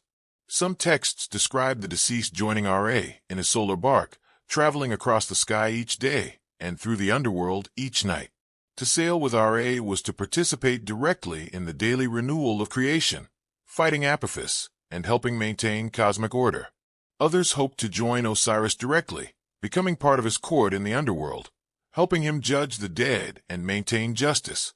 Still others wanted to become stars, joining the imperishable stars that never set below the horizon, eternal and unchanging in the night sky. What unified all these visions was the promise of eternal life and the continued existence of consciousness and identity. You wouldn't be absorbed into some cosmic whole or reincarnated as someone else. You would still be you, with your memories, your personality, your relationships. Death transformed you but didn't erase you. This brings us to something that's often misunderstood about Egyptian burial practices: the famous tomb curses. Hollywood loves the idea of cursed mummies and tombs that kill anyone who enters them. The curse of Tutankhamun's tomb became particularly famous after several people associated with its discovery died, though none of the deaths were actually mysterious when examined rationally. The truth is that Egyptian tombs did sometimes contain warnings, but these were religious admonitions, not magical curses intended to kill intruders. A typical warning might say something like, "As for anyone who shall enter this tomb unclean, I shall seize him like a goose, and I shall instill fear in him at seeing ghosts upon earth." Or, "As for any man who shall destroy these, it is the god Thot who shall destroy him." These warnings were meant to discourage tomb robbery and desecration, which were serious problems even in ancient times. They appealed to religious fear and the prospect of divine punishment, but they weren't magical booby traps. The real protection of tombs came from being sealed, hidden, and difficult to access, not from supernatural curses. The mummification process itself was deeply connected to the afterlife beliefs we've been discussing. Mummification wasn't just about preserving the body. It was about transforming the deceased into Osiris, preparing them for resurrection in the afterlife. The entire 70-day process was accompanied by prayers, rituals, and invocations of the gods. The body was washed and purified. The internal organs were removed and stored in canopic jars, each protected by a different deity. The brain was removed through the nose, though the Egyptians didn't consider it important. The heart was left in place because it was needed for the judgment scene. The body was dried with natron salt, then wrapped in hundreds of meters of linen bandages. Between the layers of linen, amulets were placed, each with protective or empowering magic. The whole process recreated what Isis and Anubis did for Osiris. Every mummy was Osiris, prepared for the same resurrection that Osiris experienced. The opening of the mouth ceremony, performed on the mummy before burial, was meant to restore the senses and abilities the deceased would need in the afterlife. The priest would touch the mummy's mouth, eyes, ears, and nose with ritual implements, saying, "Your mouth is opened. Your eyes are opened. Your ears are unstopped." This wasn't symbolic. The Egyptians believed this ritual actually restored these functions to the deceased, allowing them to eat the offerings provided, to see and hear in the afterlife, to speak the spells from the Book of the Dead. Without this ceremony, the deceased would be helpless, unable to navigate the afterlife successfully. The tomb itself was called the House of Eternity, and it was furnished like a real house. Food, drink, furniture, clothing, jewelry, games, and personal possessions were placed in the tomb. The The walls were painted with scenes of daily life, family, possessions, and offerings. These weren't just memories or decorations. The Egyptians believed that the images could become real through magic, that painted food could nourish the ka, that scenes of fishing and hunting could be experienced by the deceased. This is why tomb robbery was such a tragedy. It wasn't just theft. It was murder, killing the deceased a second time by depriving them of what they needed in the afterlife. The violation of a tomb could condemn the deceased to starvation and suffering in the realm of the dead. This made tomb robbery not just a crime but a sin against Maat, one that would be punished severely both in this life and the next. The Egyptian vision of the afterlife was remarkably optimistic compared to many ancient cultures. The Greeks imagined the underworld as a shadowy, joyless place where the dead existed as feeble shades of their former selves. The Mesopotamians believed the dead lived in darkness, eating dust and clay. But the Egyptians promised paradise, eternal life in a perfect world, for those who lived rightly and knew the proper preparations. This optimism was based on the triumph of Osiris over death, on Maat's victory over chaos, on the promise that the gods would reward the righteous. It gave comfort to the dying, assurance to the grieving, and motivation to live ethically. If your actions in life determined your fate in death, if cosmic justice ultimately prevailed, then living according to Maat wasn't just virtuous, but practical. Your eternal happiness depended on it. We've explored the gods, their myths, and their promises of eternal life. But there was one figure in ancient Egypt who stood between the divine and human realms, who was simultaneously God and man, heaven and earth. This was the Pharaoh, the living god-king who ruled Egypt for over 3,000 years. The word Pharaoh itself comes from the Egyptian Pere, meaning great house, originally referring to the palace, but eventually becoming the title for the king himself. But to call the pharaoh simply a king is to miss something fundamental about how the Egyptians understood rulership. The pharaoh wasn't appointed by the gods. He was a god, the living embodiment of Horus on earth, the son of Ra, the guarantor of Maat. This concept of divine kingship was absolutely central to Egyptian civilization. The pharaoh wasn't just a political leader or military commander. He was the linchpin of the entire cosmic order. Through him, the gods maintained Maat in the human world. His rituals kept the Nile flooding on schedule. His prayers ensured the sun would rise. His victories in battle protected Egypt from the chaos represented by foreign enemies. If the king failed in his duties, or if there was no legitimate king, the entire universe could fall into chaos. Every morning, the pharaoh would perform rituals in the temple, presenting offerings to the gods on behalf of all Egypt. In theory, only the pharaoh could perform these rituals, though in practice priests acted as his representatives in temples throughout the land. But the priests weren't acting on their own authority. They were extensions of the pharaoh's divine power, performing rituals in his name. The coronation of a new pharaoh was a deeply religious event. The king would be crowned with various crowns, representing different aspects of his power. The red crown of Lower Egypt, the white crown of Upper Egypt, and often the combined double crown representing the unified kingdom. He would receive the crook and flail, symbols inherited from Osiris. He would be given his throne name and other royal titles, including Son of Ra and Lord of the Two Lands. But the coronation didn't make him a god. According to Egyptian theology, he was already divine by virtue of his royal blood. The kings were descended from the gods themselves, going back through generations to Horus and ultimately to Ra. Each pharaoh was the living Horus, and when he died, he would become Osiris, while his son became the new Horus. This divine succession had supposedly been unbroken since the time of the gods themselves. Of course, the reality was more complex. Not every pharaoh could trace direct descent from the previous ruler. There were usurpers, military strongmen who seized power, and entirely new dynasties. But even these rulers had to claim divine legitimacy. They would commission inscriptions claiming they had been chosen by the gods, that Ammonius or Ra had appeared in dreams to proclaim them the rightful king. Divine kingship was so fundamental to Egyptian political thought that it couldn't be dispensed with even by those who came to power through decidedly non-divine means.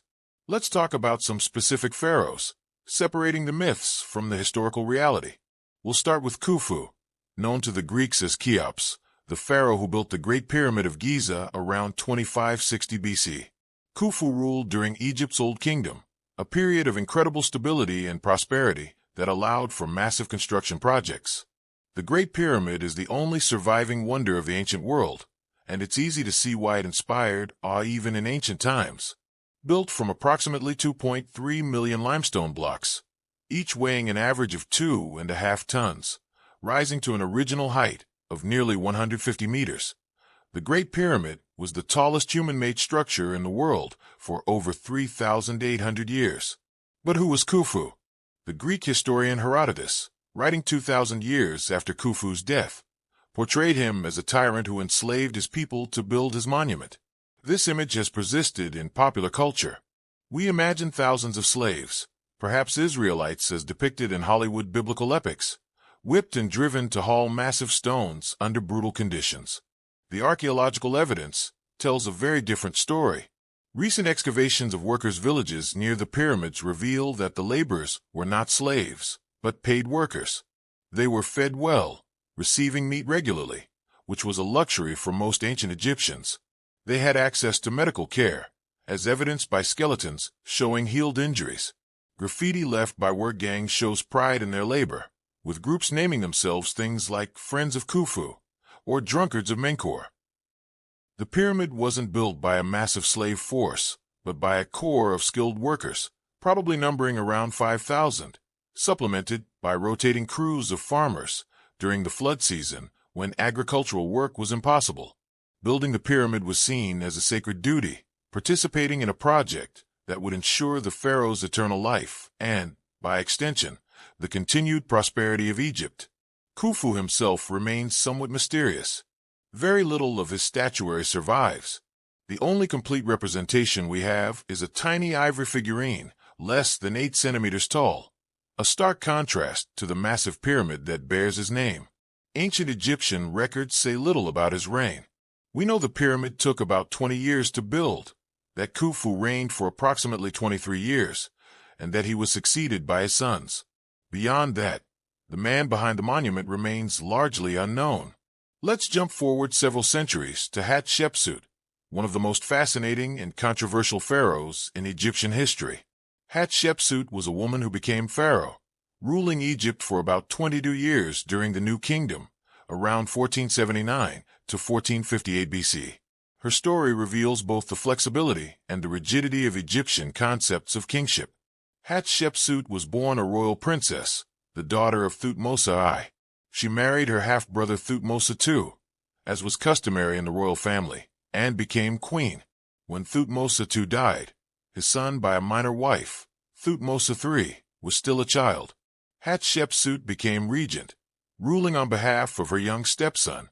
But within a few years, she took the unprecedented step of declaring herself pharaoh, not queen but king of Egypt. This created a theological problem. The pharaoh was the living Horus, the son of Ra, consistently referred to with male pronouns and titles. How could a woman be pharaoh? Hatshepsut's solution was brilliant and pragmatic.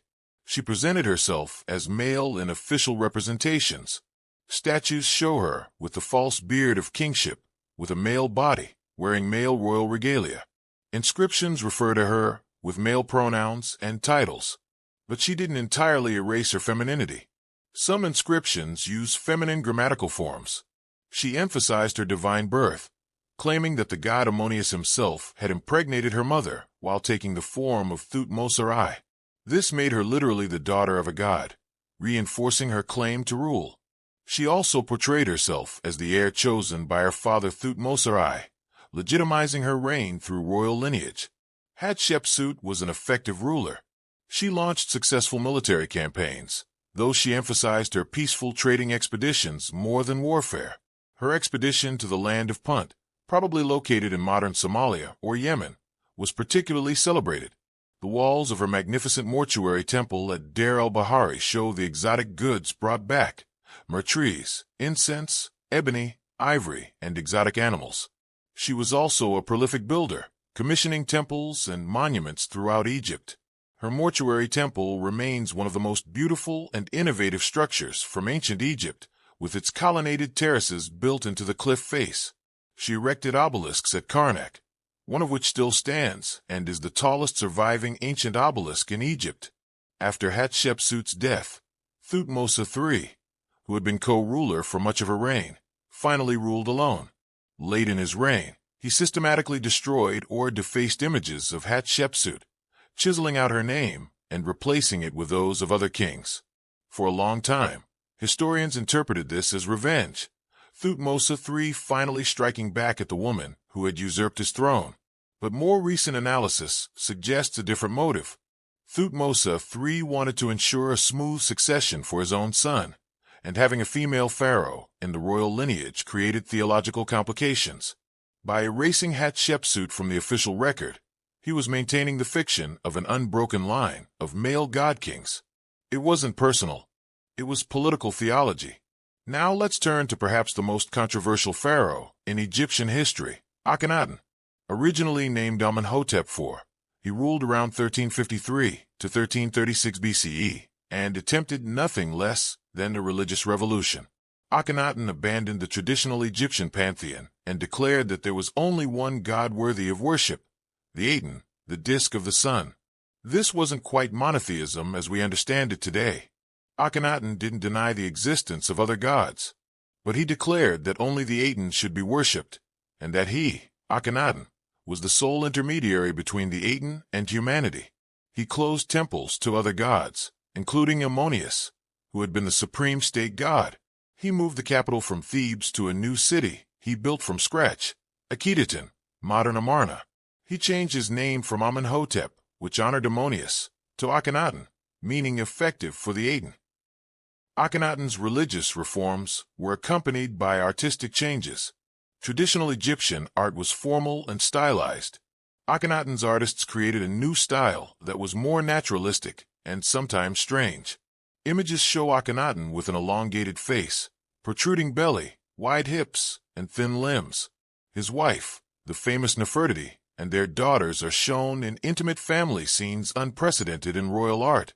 Some scholars think Akhenaten may have had a medical condition that caused his unusual appearance.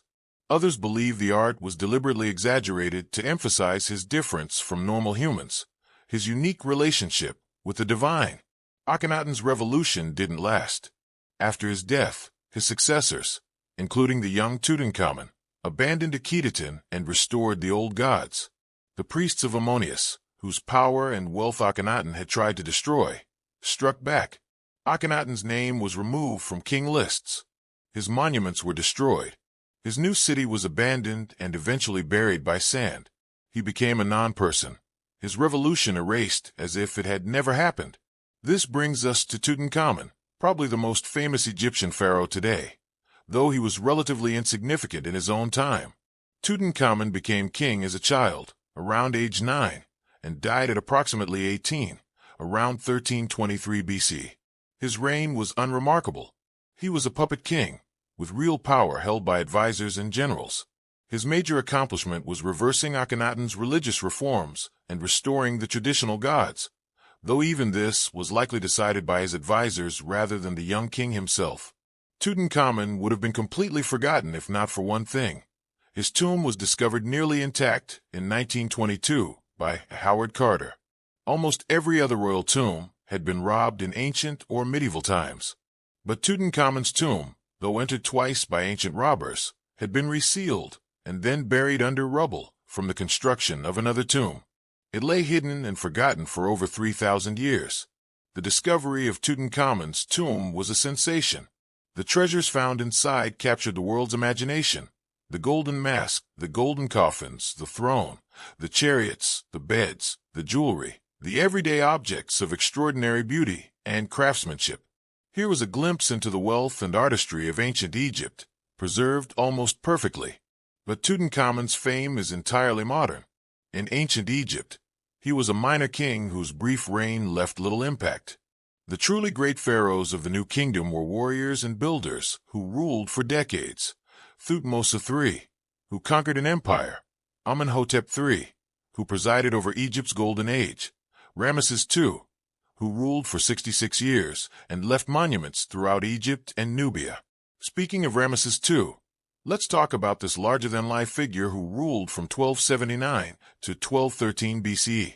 Ramesses the Great, as he's often called, is probably the pharaoh most associated with ancient Egypt's power and glory. He was a warrior king, a prolific builder, a father of over 100 children by multiple wives, and a ruler who lived into his 90s in an age when few people reached 50. Ramesses fought numerous military campaigns, most famously the Battle of Kadesh against the Hittite Empire around 1274 BC. Egyptian sources, inscribed on temple walls throughout Egypt, portray Kadesh as a great victory where Ramesses, abandoned by cowardly troops, single-handedly fought off the entire Hittite army with divine help from Ammonius. The reality was more complex. The battle was probably a stalemate, and it eventually led to a peace treaty, the earliest surviving international peace treaty in history. But Ramesses was a master of propaganda. He had the story of his heroism at Kadesh inscribed on multiple temples, emphasizing his personal bravery and divine favor. He built more temples and erected more statues than any other pharaoh. The massive temples at Abu Simbel, with their 4 colossal seated statues of Ramesses carved into the cliff face, each over 20 meters tall, are perhaps the ultimate expression of pharaonic power and ego. Ramesses also completed the great hypostyle hall at Karnak, a forest of massive columns that remains one of the most awe-inspiring spaces in all of Egyptian architecture. He built the Ramesseum, his enormous mortuary temple on the West Bank at Thebes. Throughout Egypt, from the Delta to Nubia, Ramesses left his mark. Some of this building was original construction. Much of it involved usurping earlier monuments, having his name carved over the names of previous pharaohs. This practice was common among Egyptian kings, but Ramesses did it on an unprecedented scale. When you see a statue or inscription of Ramesses, there's a good chance it originally belonged to someone else. Despite his massive building program and constant military campaigns, Egypt prospered under Ramesses II. The Nile floods were good, harvests abundant, and the empire secure. He successfully passed power to his 13th son, Merneptah, since his earlier sons had predeceased him. Ramesses lived so long that he outlived not only his wives but most of his children. These pharaohs, and the dozens of others who ruled Egypt, were real historical figures, but they were also mythic ones in the eyes of their subjects. They were simultaneously human and divine, mortal men who were also living gods. This paradox was never fully resolved in Egyptian thought, but it didn't need to be. The pharaoh was whatever he needed to be to maintain Maat, to keep Egypt prosperous and secure, to serve as the link between heaven and earth. The pharaoh's divinity was conditional, however. A king who failed, who allowed chaos to triumph, who let Egypt fall into disorder, could lose the divine mandate. The periods between dynasties, known as intermediate periods, were times when central authority collapsed, when multiple claimants fought for power, when Egypt fractured into warring regions. These were dark times in Egyptian memory, times when Maat failed and Isfet triumphed. They proved that even divine kingship could fail if the king wasn't strong enough or worthy enough to maintain cosmic order. When most people think of ancient Egypt, the first image that comes to mind is the pyramids. These massive stone mountains rising from the desert have captivated humanity for millennia, inspiring wonder, speculation, and unfortunately, a great deal of misinformation. Let's explore what we actually know about these monuments and separate the archaeological facts from the persistent myths. The pyramids were tombs. This is fundamental and bears stating clearly because there are many alternative theories floating around. The pyramids were built as eternal resting places for pharaohs, designed to protect their mummified bodies and provide everything needed for the afterlife. We know this because pyramid texts inscribed on interior walls explicitly state their purpose, because burial chambers contain sarcophagi, and because the entire complex surrounding each pyramid was designed for funerary rituals and offerings. The evolution of pyramid construction tells a fascinating story. The earliest royal tombs weren't pyramids at all but mastabas, rectangular flat-roofed structures made of mud brick. Around 2630 BCE, the architect Imhotep, working for King Djoser, had a revolutionary idea. Instead of building one mastaba, he stacked 6 progressively smaller mastabas on top of each other, creating the first pyramid, the Step Pyramid at Saqqara. This was more than just a bigger tomb. It was a theological statement. The stepped structure created a stairway to heaven, allowing the deceased king to ascend to join the gods in the sky. The pyramid was literally a ladder between earth and heaven, between mortality and divinity. Later pharaohs experimented with the design. The bent pyramid at Dashur, built for Sneferu around 2600 BCE, starts at one angle and then suddenly changes to a shallower angle partway up, creating its distinctive bent appearance. This probably happened because the original angle was too steep and the structure began showing stress, forcing the builders to adjust mid-construction. It's a fascinating reminder that the ancient Egyptians were learning through trial and error. Sneferu also built the Red Pyramid, the first successful smooth-sided pyramid. His son Khufu took this technology and created the Great Pyramid of Giza, the largest pyramid ever built. For nearly 4,000 years, it was the tallest human-made structure on Earth. Think about that. The Great Pyramid held the height record longer than any building that exists today is old. So how were the pyramids built? This question has generated countless theories, from the plausible to the absurd. Let's start with what we know for certain. The core of the Great Pyramid consists of approximately 2.3 million limestone blocks quarried locally from the Giza Plateau. The finer quality casing stones that once covered the exterior came from quarries at Tura, across the Nile. The granite used in the burial chambers came from Aswan, over 800 kilometers to the south. Quarrying was done with copper tools, wooden wedges, and tremendous patience. Workers would cut channels around a block of stone, then drive wooden wedges into cracks.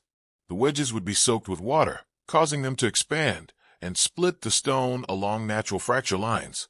Copper saws with sand as an abrasive could cut through limestone, though the process was slow and wore out tools quickly. Moving these massive blocks was a monumental challenge. For the Aswan granite, the stones were likely loaded onto boats during the Nile flood season and floated downstream to Giza.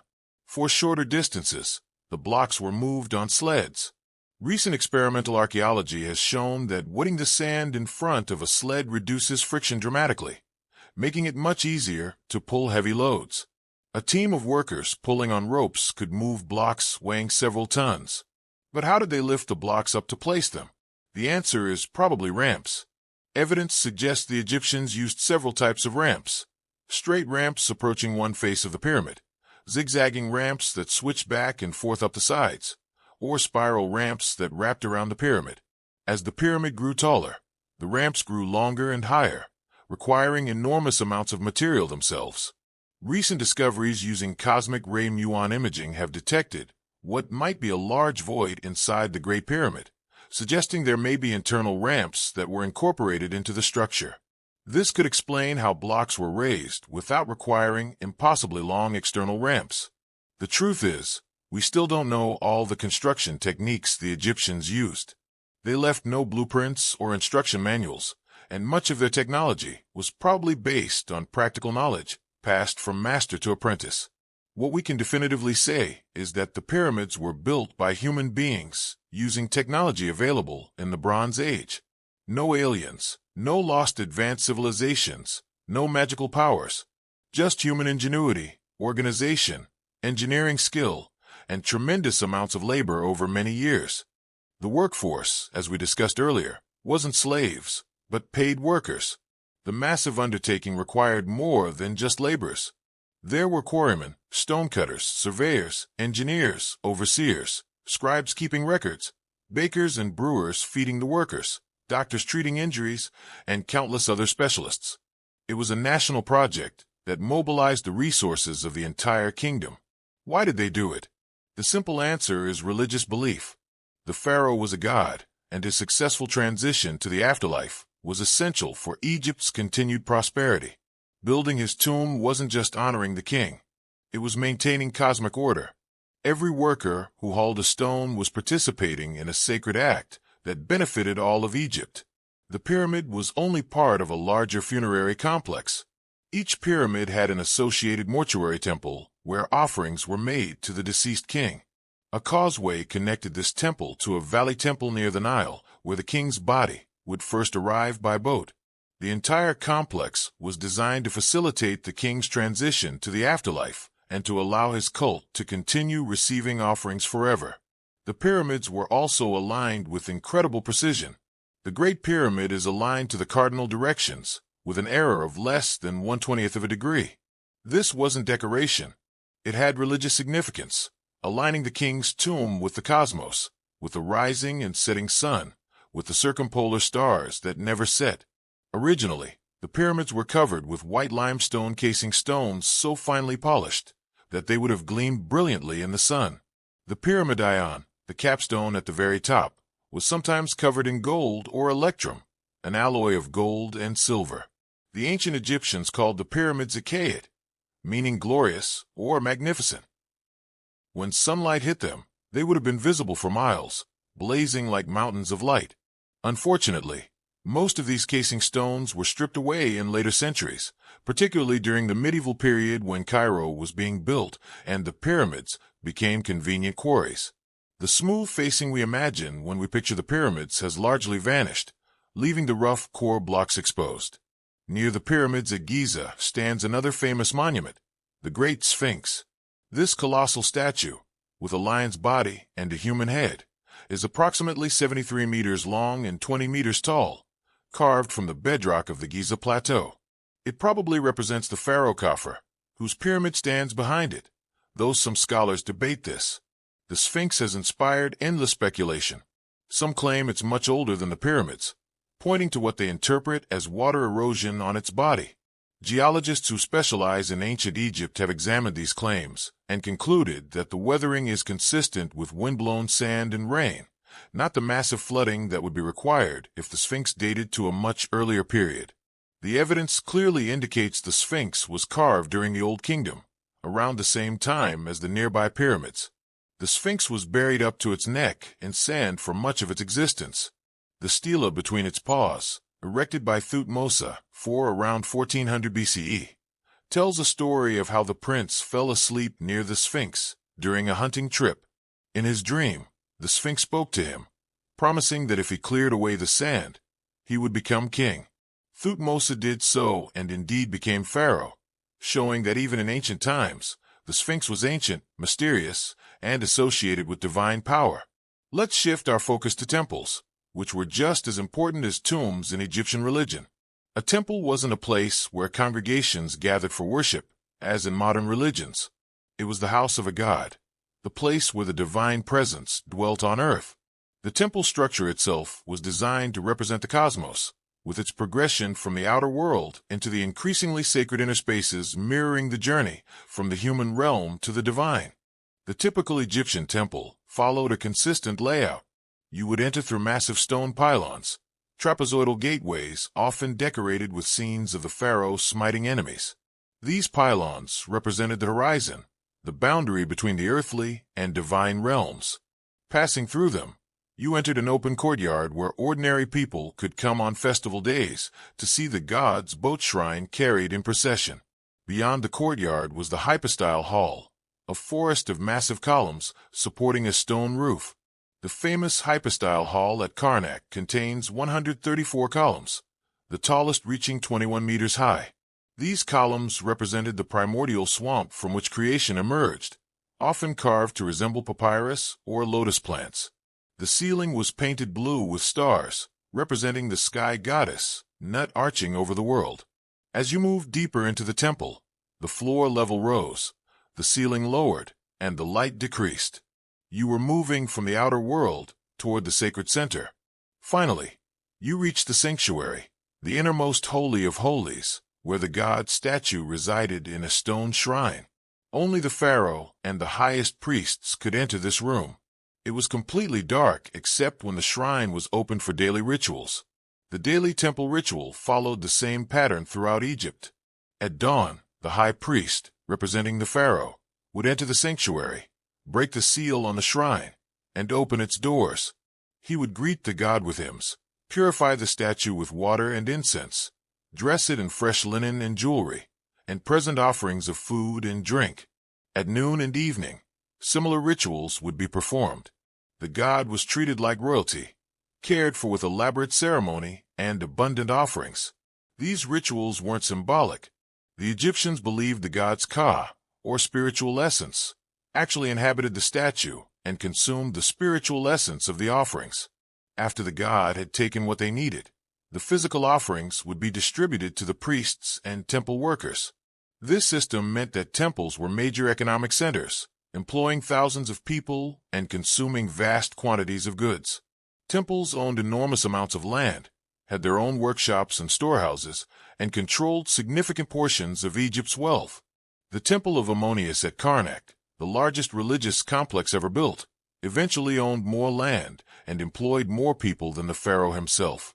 The high priests of Ammonius became so powerful that they sometimes rivaled the king's authority.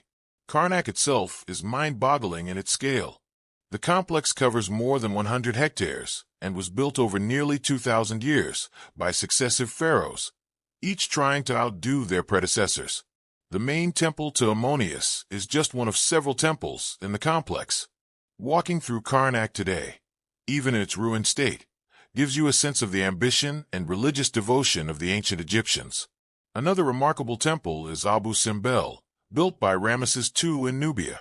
The entire temple is carved into a cliff face, with 4 colossal seated statues of Ramesses at the entrance, each over 20 meters tall. Twice a year, on February 22nd and October 22nd, sunlight penetrates the temple's inner sanctuary and illuminates the statues of the gods inside. This wasn't accidental. The temple was designed so that the sun would illuminate the gods on dates significant to Ramesses, probably his birthday and coronation day. When the Aswan High Dam was built in the 1960s, Abu Simbel would have been submerged under the reservoir. In one of archaeology's greatest achievements, the entire temple complex was cut into blocks and reassembled on higher ground. Engineers worked to preserve even the solar alignment, though it now occurs one day later than originally due to slight changes in positioning. The temple at Luxor, dedicated to the rejuvenation of kingship, was connected to Karnak by a 3-kilometer avenue lined with hundreds of Sphinx statues. During the Opet festival, the statue of Ammonius would be carried in a sacred boat from Karnak to Luxor in a massive procession involving the pharaoh, priests, and thousands of participants. These festivals were the times when ordinary Egyptians could glimpse the god, could participate in religious celebration, could feel connected to the divine power that sustained their world. The temple at Dendera, dedicated to Hathor, contains one of the best-preserved temple interiors in Egypt. The ceiling is still painted with astronomical scenes, and the crypts beneath the temple contain mysterious reliefs that some fringe theorists claim show light bulbs or other anachronistic technology. In reality, these reliefs depict the Djed pillar, a symbol of Osiris and stability, emerging from a lotus flower, a purely symbolic religious image with no connection to electricity or advanced technology. Egyptian temples were designed to last forever, built from stone to withstand the ages. The mud brick houses of ordinary Egyptians crumbled away, but the stone temples and tombs remained. This creates a somewhat skewed picture of Egyptian civilization. We know far more about their religious beliefs and death practices than we do about their daily lives, simply because those are what survive in stone. The architectural achievement of Egypt isn't just in individual monuments, but in the sustained commitment over thousands of years. The Great Pyramid was already ancient when Cleopatra lived, more time separating her from its construction than separates us from her. Yet throughout this immense span of time, the Egyptians maintained and built upon their architectural traditions, creating monuments that have outlasted empires and civilizations. These structures weren't built with slave labor under the whip, as popular imagination suggests. They were built by a civilization that had mastered organization, engineering, and mobilization of resources. They represent the power of collective effort, religious devotion, and human ingenuity. The pyramids and temples of Egypt stand as testaments not just to the pharaohs who commissioned them, but to the thousands of skilled workers, engineers, and artists who brought them into being. We've spent a lot of time exploring the grand mythology and monumental architecture of ancient Egypt. But what was life actually like for ordinary people? How did religious beliefs shape daily existence? The answer is that religion permeated every aspect of Egyptian life, from the most important decisions to the smallest daily routines. But the religion of ordinary people was quite different from the elaborate state rituals performed in the great temples. Most Egyptians never entered the inner sanctums of the major temples. They might participate in festivals when the god statue was carried through the streets, but the daily temple rituals were the domain of priests and kings. Instead, ordinary people practiced a more personal, intimate form of religion centered on household gods, local shrines, magic, and direct appeals to divine forces for protection and help. The most popular household god was Bes, and he couldn't be more different from the majestic deities we've discussed. Bes was depicted as a bandy-legged dwarf with a lion's mane, often sticking out his tongue. He was ugly, comical, and absolutely beloved. Why? Because Bes protected homes, particularly women in childbirth and young children. He drove away evil spirits, scared off demons, and brought joy and laughter to the household. Images of Bes were everywhere in Egyptian homes. He appeared on beds, on headrests, on mirrors, on cosmetic containers. Women giving birth would be surrounded by images of Bes, invoking his protection during that dangerous time. In a world where childbirth mortality was high and infant mortality even higher, Bes offered hope and protection. His ugly face was meant to frighten away the malevolent forces that threatened children. Working alongside Bes was Thot, the hippopotamus goddess. She was depicted as a pregnant hippopotamus standing upright, sometimes with a crocodile back and lion's paws, combining several fierce animals into one protective deity. Like Bes, Thot protected pregnant women and children. Her image appeared on amulets, on the walls of homes, and on magical wands used to draw protective circles around sleeping children. These household gods were never worshipped in grand temples. They had no priesthoods, no elaborate rituals. They were the gods of everyday life, and people prayed to them directly, without intermediaries. This was religion at its most personal and immediate, concerned with survival, health, and protection from the very real dangers of ancient life. Magic was inseparable from religion in ancient Egypt.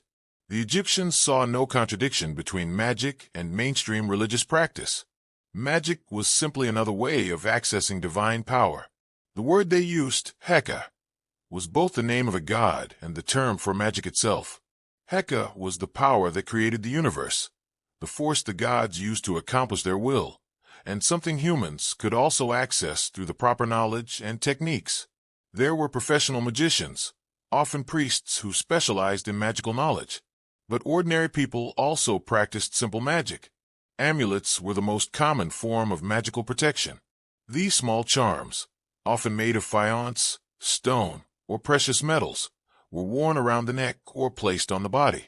Each amulet had specific powers based on its shape and the god it represented. The Eye of Horus, called the Wedjat Eye, was one of the most popular amulets. According to myth, Horus lost his eye in his battle with Set, but it was magically restored.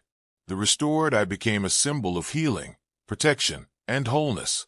Wearing an Eye of Horus amulet could protect you from harm and grant you the god's favor. The Djed pillar, representing Osiris's backbone, symbolized stability and endurance. The Ankh, the hieroglyph meaning life, granted vitality and protection. The scarab beetle, representing Khepri and the rising sun, promised renewal and resurrection. Wealthy Egyptians might own dozens of different amulets, each serving a specific purpose. Magical spells were written on papyrus and worn as protective scrolls, or inscribed on objects. These spells often invoked gods, threatening them if they didn't help or promising offerings if they did. One spell to cure a headache literally threatens to stop the Nile flood if the pain doesn't cease. This might seem blasphemous, but the Egyptians believed that knowing the true names of gods and the right words gave you power, even over divine beings. Medicine and magic were thoroughly intertwined. Egyptian physicians were renowned throughout the ancient world for their skill, and medical papyri show sophisticated knowledge of anatomy, surgery, and pharmacology. But treatment almost always combined practical medicine with magical spells. A physician might prescribe a herbal remedy and also recite a spell invoking Isis or Thoth. The physical cure worked on the body. The magical spell worked on the spiritual causes of illness. Some ailments were understood in purely physical terms. Broken bones were set, wounds were stitched, and infections were treated with substances that actually had antibacterial properties, like honey and moldy bread, which contains natural penicillin. Other conditions were attributed to demons, evil spirits, or divine punishment, and these required magical intervention. Dreams were taken very seriously in ancient Egypt. They were considered messages from the gods, glimpses into the future, or warnings of danger. Dream interpretation manuals have survived, listing different dreams and their meanings. Dreaming of drinking warm beer meant suffering was coming. Dreaming of looking out a window meant your prayers would be heard. Dreaming of your teeth falling out meant relatives would die. If you had a disturbing dream, you could go to a dream interpreter, often a priest, who would analyze it and provide protective spells or rituals to avert the predicted misfortune. Some people even practice dream incubation, sleeping in temples or sacred places, hoping to receive a dream message from a particular god. Oracles were another way ordinary people accessed divine guidance. At certain temples, particularly during festivals, people could ask yes or no questions of the god. The god statue, carried by priests in a sacred boat, would move forward for yes or lean back for no. Skeptics might note that the priests carrying the statue could easily manipulate it, but believers saw the god's genuine response. People asked about business decisions, marriage choices, legal disputes, and accusations of theft. Festivals were the highlights of the religious calendar and the main times when ordinary people participated in temple religion. The grandest festivals involved the god statue being taken from the temple in elaborate procession, carried in a sacred boat on the shoulders of priests. The streets would be crowded with celebrants. There would be music, dancing, feasting, and drinking. These weren't solemn occasions, but joyous celebrations. The Opet festival at Thebes lasted for several weeks during the flood season when agricultural work was impossible. The statue of Ammonius traveled from Karnak to Luxor Temple in a magnificent procession. The pharaoh participated, and the festival ritually renewed his divine kingship. For ordinary people, it was a time of celebration, a break from labor, and a chance to feel connected to the divine power that sustained Egypt. The beautiful Feast of the Valley was another major Theban festival when the statue of Ammonius crossed to the west bank to visit the mortuary temples of deceased kings. Families would visit the tombs of their own deceased relatives, bringing offerings of food and drink, spending the night at the tomb, feasting and celebrating with their dead loved ones. Death didn't separate families in Egyptian thought. The dead remained part of the family, and festivals like this maintained those bonds. The Festival of Drunkenness, celebrating the goddess Hathor, involved exactly what the name suggests. Participants would drink vast quantities of beer and wine, becoming intoxicated as a form of religious devotion. This related to the myth where Sekhmet's rampage was stopped by getting her drunk. The festival transformed destructive divine power into joy and celebration through the medium of alcohol. Local festivals honored local gods. The city of Bubastis held a massive festival for Bastet where, according to Herodotus, more wine was consumed than during the entire rest of the year.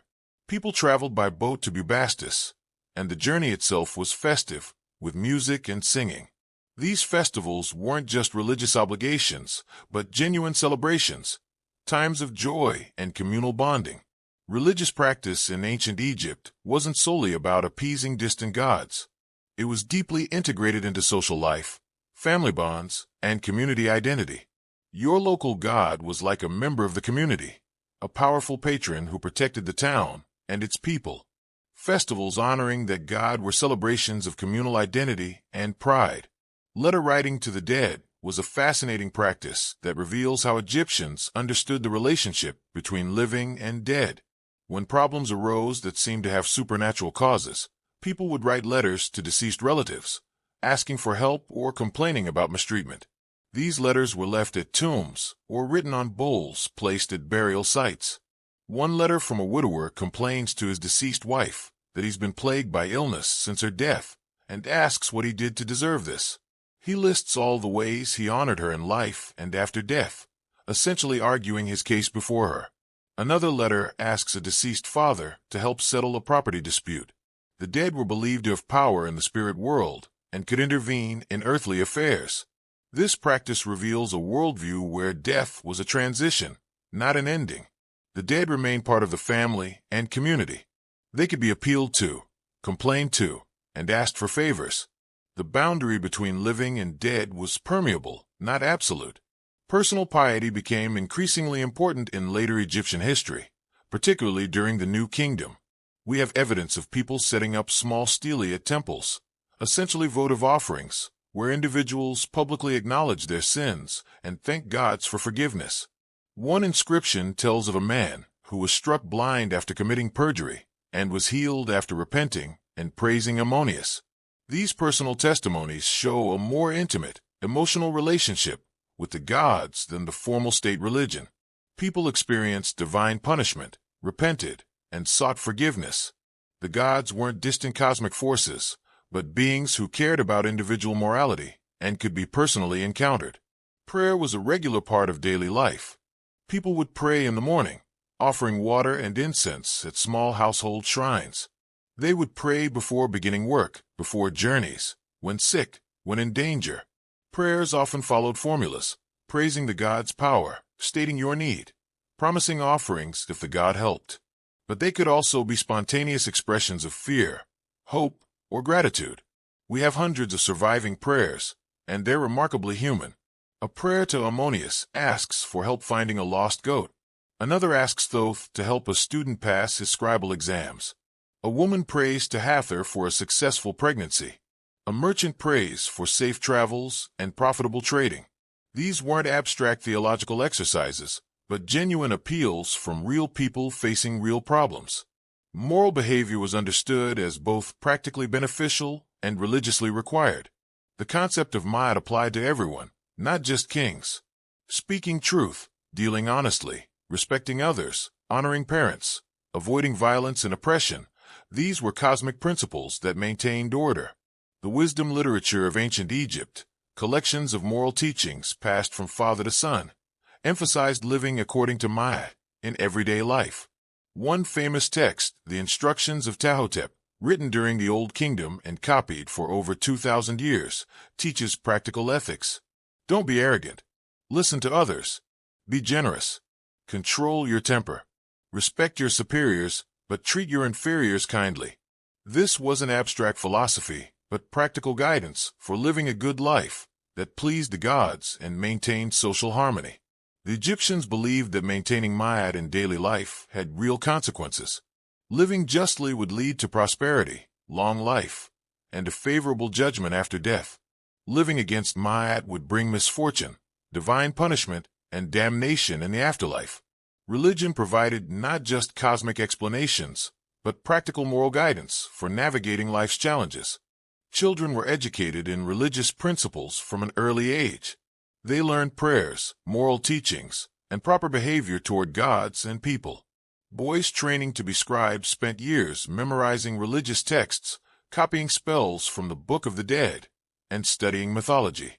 This education created a shared cultural literacy where everyone understood the same stories, worshipped the same gods, and aspired to the same ideals. Women's religious lives were complex. They could serve as priestesses, though often in supporting roles rather than the highest positions. They could own property, including offering endowments that guaranteed continued offerings at family tombs. They participated fully in festivals and rituals. Wealthy women sometimes commissioned their own books of the dead and prepared elaborate tombs, indicating they had the same concerns about the afterlife as men. The religious lives of ordinary Egyptians were rich, complex, and deeply meaningful. Religion wasn't something separate from daily life, but woven into every aspect of existence. The gods were present in home and workplace, in health and sickness, in birth and death. Magic protected against unseen dangers. Festivals provided joy and community. Moral principles guided behavior. And always, there was the hope that living rightly would lead to eternal life in paradise, reunited with loved ones, in the presence of the gods themselves. Ancient Egypt has captured the popular imagination like few other civilizations, but with that fascination has come an enormous amount of misinformation, sensationalism, and outright fantasy. Let's take some time to separate fact from fiction, to examine the most persistent myths about ancient Egypt and see what the evidence actually tells us. Perhaps no myth is more famous than the curse of the pharaohs, particularly the supposed curse of Tutankhamun's tomb. The story is irresistible. When Howard Carter opened Tutankhamun's tomb in 1922, he supposedly found an inscription warning that death would come on swift wings to anyone who disturbed the king's rest. In the months and years that followed, several people connected with the discovery died, seemingly fulfilling the curse's prophecy. The truth is far less dramatic. First, there was no curse inscription in Tutankhamun's tomb. Carter and his team never reported finding one, and no such text appears in any of their meticulous documentation. The curse was invented by the media, eager to sell newspapers with sensational stories. What about the deaths? Lord Carnarvon, who financed the excavation, did die in April 1923, just a few months after the tomb was opened. He was 56 years old and died from an infected mosquito bite that led to pneumonia. This was tragic but hardly mysterious in an era before antibiotics. Several other people connected with the excavation or the tomb also died in subsequent years. But here's the key fact. Most of them lived to normal or advanced ages for the time period. Howard Carter himself, the man who actually opened the tomb and spent the most time inside it, lived for 17 years after the discovery, dying at age 64. His assistant, Arthur Callender, lived until 1936. Harry Burton, the photographer who spent countless hours in the tomb documenting its contents, lived until 1940. Dr. Douglas Derry, who performed the autopsy on Tutankhamun's mummy, lived until 1961, dying at age 87. When you actually examine the evidence, there's no curse. People connected with the excavation died at normal rates from normal causes. Some lived to old age, some died younger, exactly as you'd expect from any random group of people. The supposed curse is a product of media sensationalism and confirmation bias, where people remember the deaths that fit the narrative and ignore all the people who lived long, healthy lives. But why did the curse story become so popular? Partly because it played into Western anxieties about disturbing ancient graves and appropriating artifacts from other cultures. There was something unsettling about Western archaeologists opening Egyptian tombs and removing their contents to European museums. The curse narrative expressed this unease in supernatural terms, suggesting that the ancient Egyptians had the power to punish those who violated their sacred spaces. It's also worth noting that ancient Egyptian tombs do sometimes contain warnings against desecration, as we discussed earlier. But these were religious admonitions appealing to divine judgment, not magical curses that would kill intruders. The distinction is important. The Egyptians believed the gods would punish those who violated tombs, but they didn't claim to have the power to curse people from beyond the grave. Let's turn to another figure surrounded by myths, Cleopatra. Cleopatra VII, the last pharaoh of Egypt, has been portrayed in countless films, plays, and books, almost always as a seductress who used her beauty to manipulate powerful Roman men. But how much of this is true? First, a crucial fact that often surprises people. Cleopatra was not ethnically Egyptian.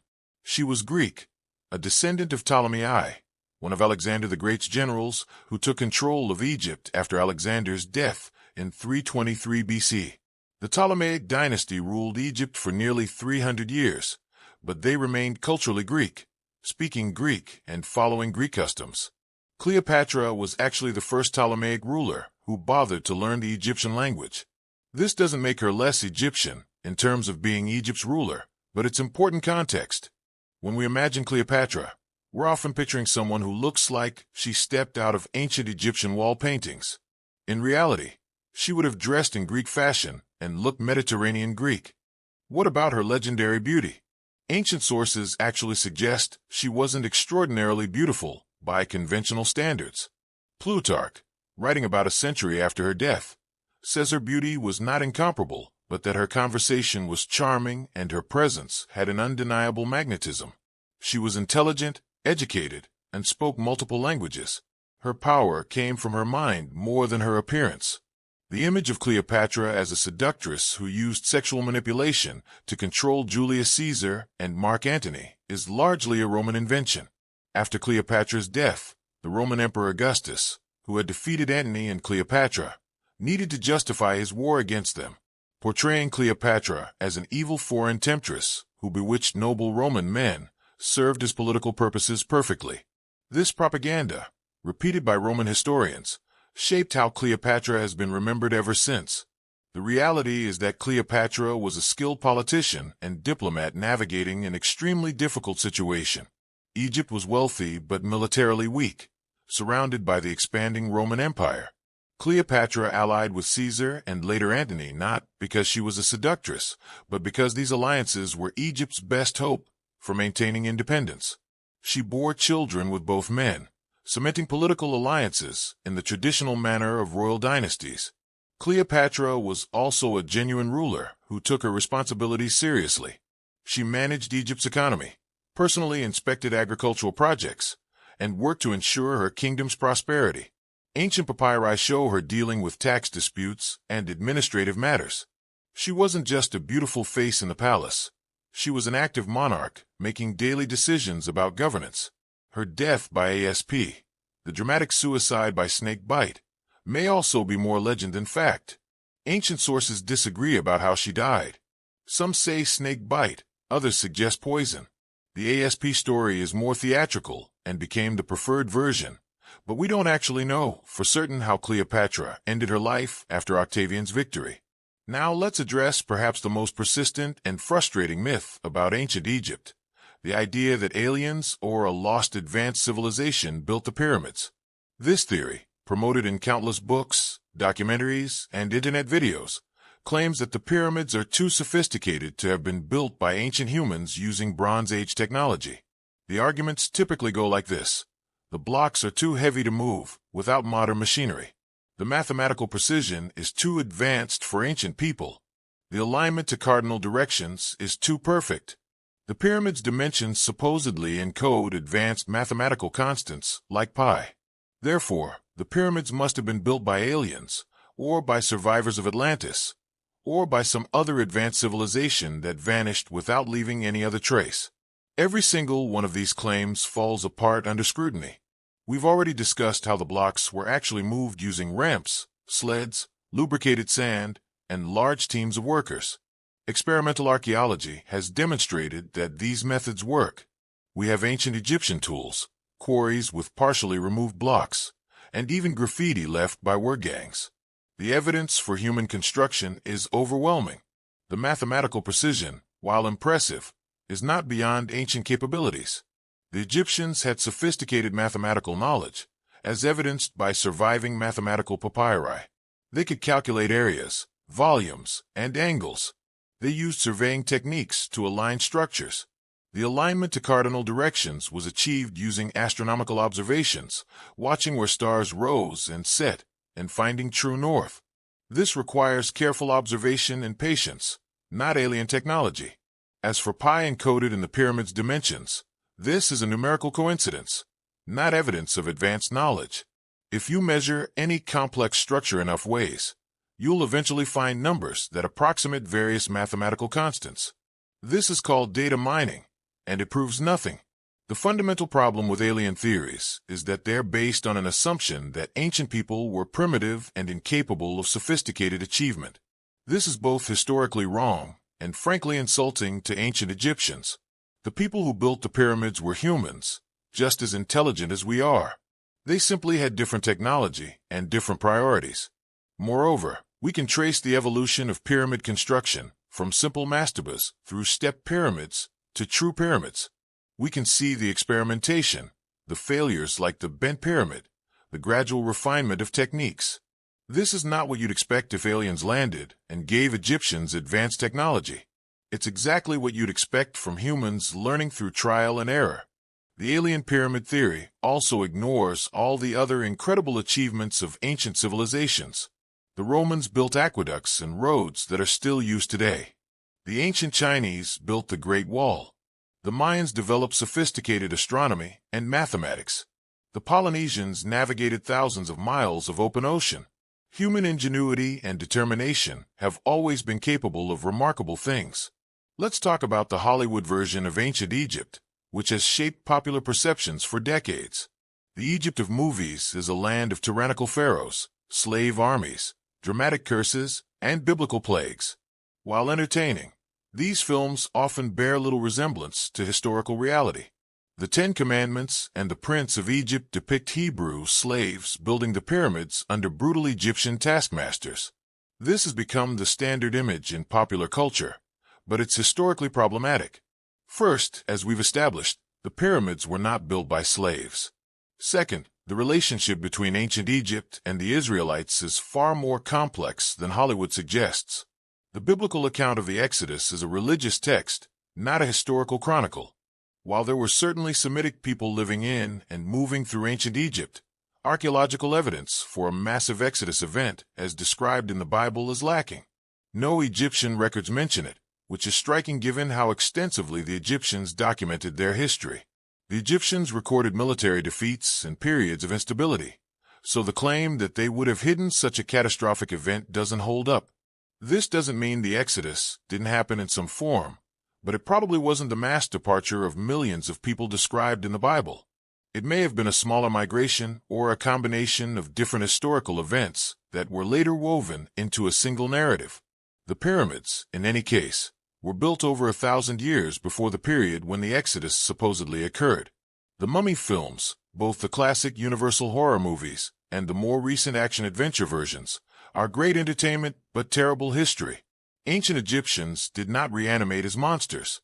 The careful mummification process was designed to preserve the body for the afterlife, not to create the conditions for a zombie resurrection. The idea of mummies walking around causing mayhem is purely a modern horror invention with no basis in ancient Egyptian belief. Hollywood also tends to portray ancient Egypt as perpetually mysterious and exotic, emphasizing bizarre religious practices and sinister priests. Real Egyptian religion was certainly complex, but it wasn't sinister. Priests were educated professionals performing sacred duties, not scheming villains. The rituals, while elaborate, were intended to maintain cosmic order and honor the gods, not to invoke dark forces. Movies often compress 3,000 years of Egyptian history into a vague, timeless, ancient Egypt, where everything from the Old Kingdom to the Ptolemaic period exists simultaneously. In reality, as we've discussed, ancient Egypt changed enormously over its long history. The Egypt of the pyramid builders was as ancient to Cleopatra as Cleopatra is to us. Another persistent myth is that ancient Egyptians were obsessed with death. This comes from the fact that most surviving evidence comes from tombs and funerary texts. But this creates a skewed picture. The Egyptians built in stone for the afterlife, but in mud brick for their homes. Stone lasts, mud brick doesn't. So we have their tombs and temples, but not their houses and palaces. The reality is that Egyptians loved life and wanted to continue enjoying it forever. That's why they prepared so carefully for the afterlife. Not because they were death-obsessed, but because they loved life so much they wanted it to continue eternally. The afterlife was imagined as an idealized version of earthly life, with all its pleasures, but none of its pains. The myth that ancient Egypt was a land of mysterious lost knowledge that modern science can't explain is also widespread. While the Egyptians certainly had sophisticated knowledge, particularly in mathematics, astronomy, medicine, and engineering, this knowledge wasn't magical or inexplicable. It was the result of centuries of careful observation, experimentation, and accumulated learning. Some of their medical knowledge was remarkably advanced. They could perform surgery, set broken bones, and treat various illnesses with herbal remedies that had genuine efficacy. But they also believed that illnesses could be caused by demons, and that spells could cure diseases. They got some things right and some things wrong, just like every pre-modern civilization. The idea that the Egyptians had crystal skulls, alien artifacts, or advanced technology that was later lost is pure fantasy, often promoted by pseudo-archaeology books and television shows. No such artifacts have been found in legitimate archaeological contexts. Every supposedly mysterious Egyptian artifact has turned out to be either a modern hoax, a misidentified ordinary object, or something whose purpose we simply don't know yet. It's important to call out these myths because they diminish the real achievements of ancient Egypt. The Egyptians didn't need aliens or lost civilizations to accomplish what they did. They were intelligent, creative, determined human beings who built a civilization that lasted 3,000 years through their own ingenuity and hard work. That's far more impressive than any alien intervention theory. The real ancient Egypt, when you strip away the Hollywood gloss and the pseudo-archaeological speculation, is more fascinating than any myth. It was a civilization that developed one of the first writing systems, that created art and architecture of enduring beauty, that made significant advances in mathematics and medicine, that developed sophisticated religious and philosophical ideas about life, death, and cosmic order. The truth about ancient Egypt is extraordinary enough without needing to invent mysteries and supernatural explanations. As we reach the end of our journey through Egyptian myths and facts, it's time to explore one final question. Why does ancient Egypt continue to fascinate us? What is it about this civilization that ended over 2,000 years ago that still captures our imagination and influences our culture today? The answer lies partly in Egypt's extraordinary longevity and its profound influence on the civilizations that came after it. Ancient Egypt didn't exist in isolation. It interacted with, influenced, and was influenced by neighboring cultures throughout its long history. And when Egyptian civilization finally ended, its ideas, art, and religious concepts didn't disappear. They were absorbed, transformed, and passed down through successive cultures until they became part of the foundation of Western civilization itself. Let's start with the Greeks, who had a long and complex relationship with Egypt. As early as the 6th century BCE, Greek philosophers, mathematicians, and seekers of wisdom were traveling to Egypt to study with Egyptian priests. The Greeks believed that Egypt was the source of ancient wisdom, that its priests possessed knowledge dating back to the dawn of time. Herodotus, often called the father of history, visited Egypt around 450 BCE and wrote extensively about what he saw and what the Egyptians told him. His accounts, while not always accurate, preserved Egyptian traditions and showed the deep respect Greeks had for Egyptian civilization. Herodotus declared that the Greeks learned the names of most of their gods from Egypt, recognizing the Egyptian origins of much Greek religion. Plato, in his dialogues, portrayed Egypt as a land of ancient wisdom and stable institutions. He claimed that Egyptian art and music had remained unchanged for 10,000 years, a wild exaggeration, but one that reveals how Greeks perceived Egypt as eternal and timeless.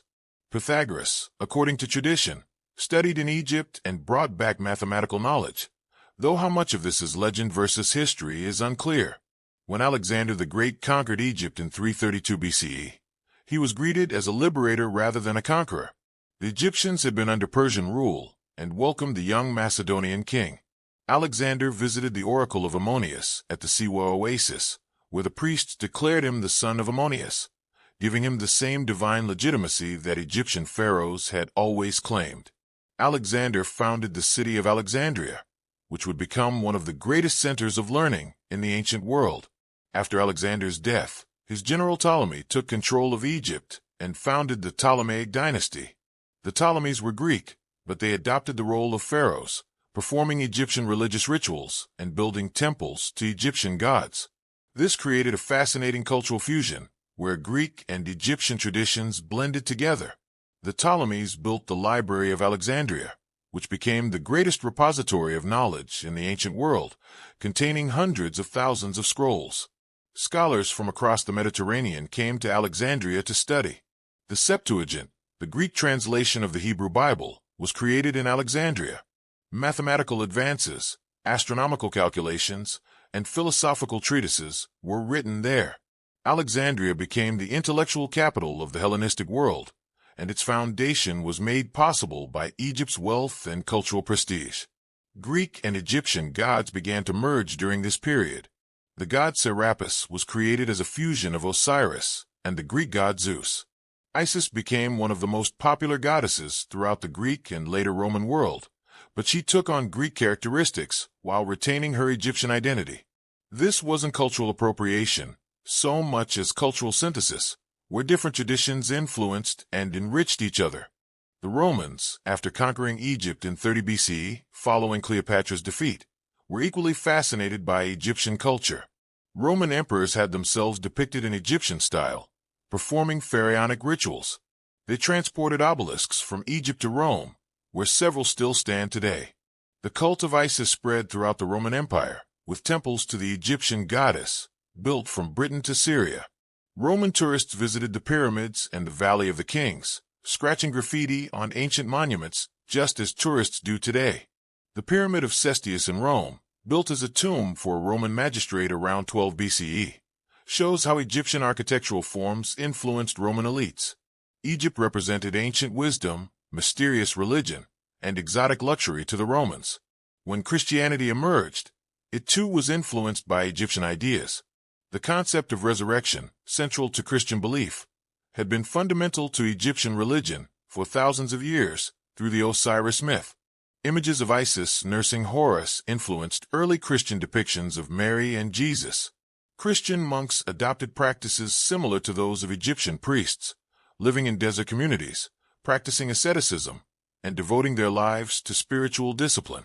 Egypt became a major center of early Christianity.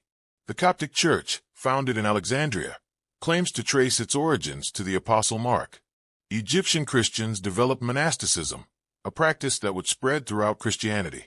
The harsh Egyptian desert, which had been associated with Set and chaos in ancient religion, became the training ground for Christian hermits and monks seeking to conquer their passions and draw closer to God. But the ancient Egyptian language and writing system were gradually forgotten. By the 4th century CE, even in Egypt, few people could read hieroglyphics. The last known hieroglyphic inscription dates to 394 CE at the Temple of Isis at Philae. After that, the ability to read the ancient script was lost for over 1,400 years. When Arab armies conquered Egypt in the 7th century CE, they found a land filled with mysterious ancient monuments covered in undecipherable writing. Medieval travelers and scholars could only guess at what the pyramids were and who had built them. Some thought they were Joseph's grain stores, built to survive the biblical famine. Others imagined they were the work of giants or magicians. The truth had been forgotten. This began to change with Napoleon's invasion of Egypt in 1798. Napoleon brought with him over 150 scientists and scholars to study Egypt's monuments and natural history. They created detailed drawings and descriptions of Egyptian temples, tombs, and artifacts. This expedition produced the massive Description de l'Egypte, a comprehensive survey of ancient and modern Egypt that introduced European audiences to the wonders of Egyptian civilization. One of Napoleon's soldiers discovered the Rosetta Stone in 1799, a stela inscribed with the same text in 3 scripts: hieroglyphics, Demotic, and Greek. This discovery would ultimately provide the key to deciphering hieroglyphics. The stone was captured by the British and taken to the British Museum, where it remains today, though Egypt has requested its return. The decipherment of hieroglyphics was finally achieved by Jean-François Champollion in 1822. By comparing the 3 versions of the text on the Rosetta Stone and using his knowledge of Coptic, which descended from ancient Egyptian, Champollion cracked the code. For the first time in over a millennium, people could read the words of the ancient Egyptians in their own language. The voices of pharaohs, priests, and scribes could be heard again after centuries of silence. This sparked the birth of Egyptology as a scientific discipline. The 19th century saw numerous expeditions to Egypt, some more scientific than others. Unfortunately, this period also saw massive looting of Egyptian antiquities, with European and American collectors competing to acquire mummies, statues, papyri, and other artifacts. Museums filled with Egyptian treasures, most taken without permission or compensation to Egypt. The discovery of Tutankhamun's tomb in 1922 marked a turning point. Howard Carter's meticulous documentation and the decision to keep the treasures in Egypt, at least initially, represented a new approach. Egyptian antiquities were increasingly seen as Egypt's heritage, rather than prizes for foreign museums. Modern Egyptology became more collaborative, with Egyptian scholars playing leading roles in studying and preserving their own heritage. Today, Egyptology is a sophisticated academic discipline combining archaeology, linguistics, art history, anthropology, and numerous scientific techniques. Ground-penetrating radar, DNA analysis, CT scans of mummies, satellite imagery, computer modeling, all these modern technologies are revealing new insights into ancient Egypt. We can now see inside pyramids without opening them, analyze the diets and diseases of ancient people through their mummified remains, and reconstruct ancient Egyptian voices using forensic techniques. Recent discoveries continue to amaze.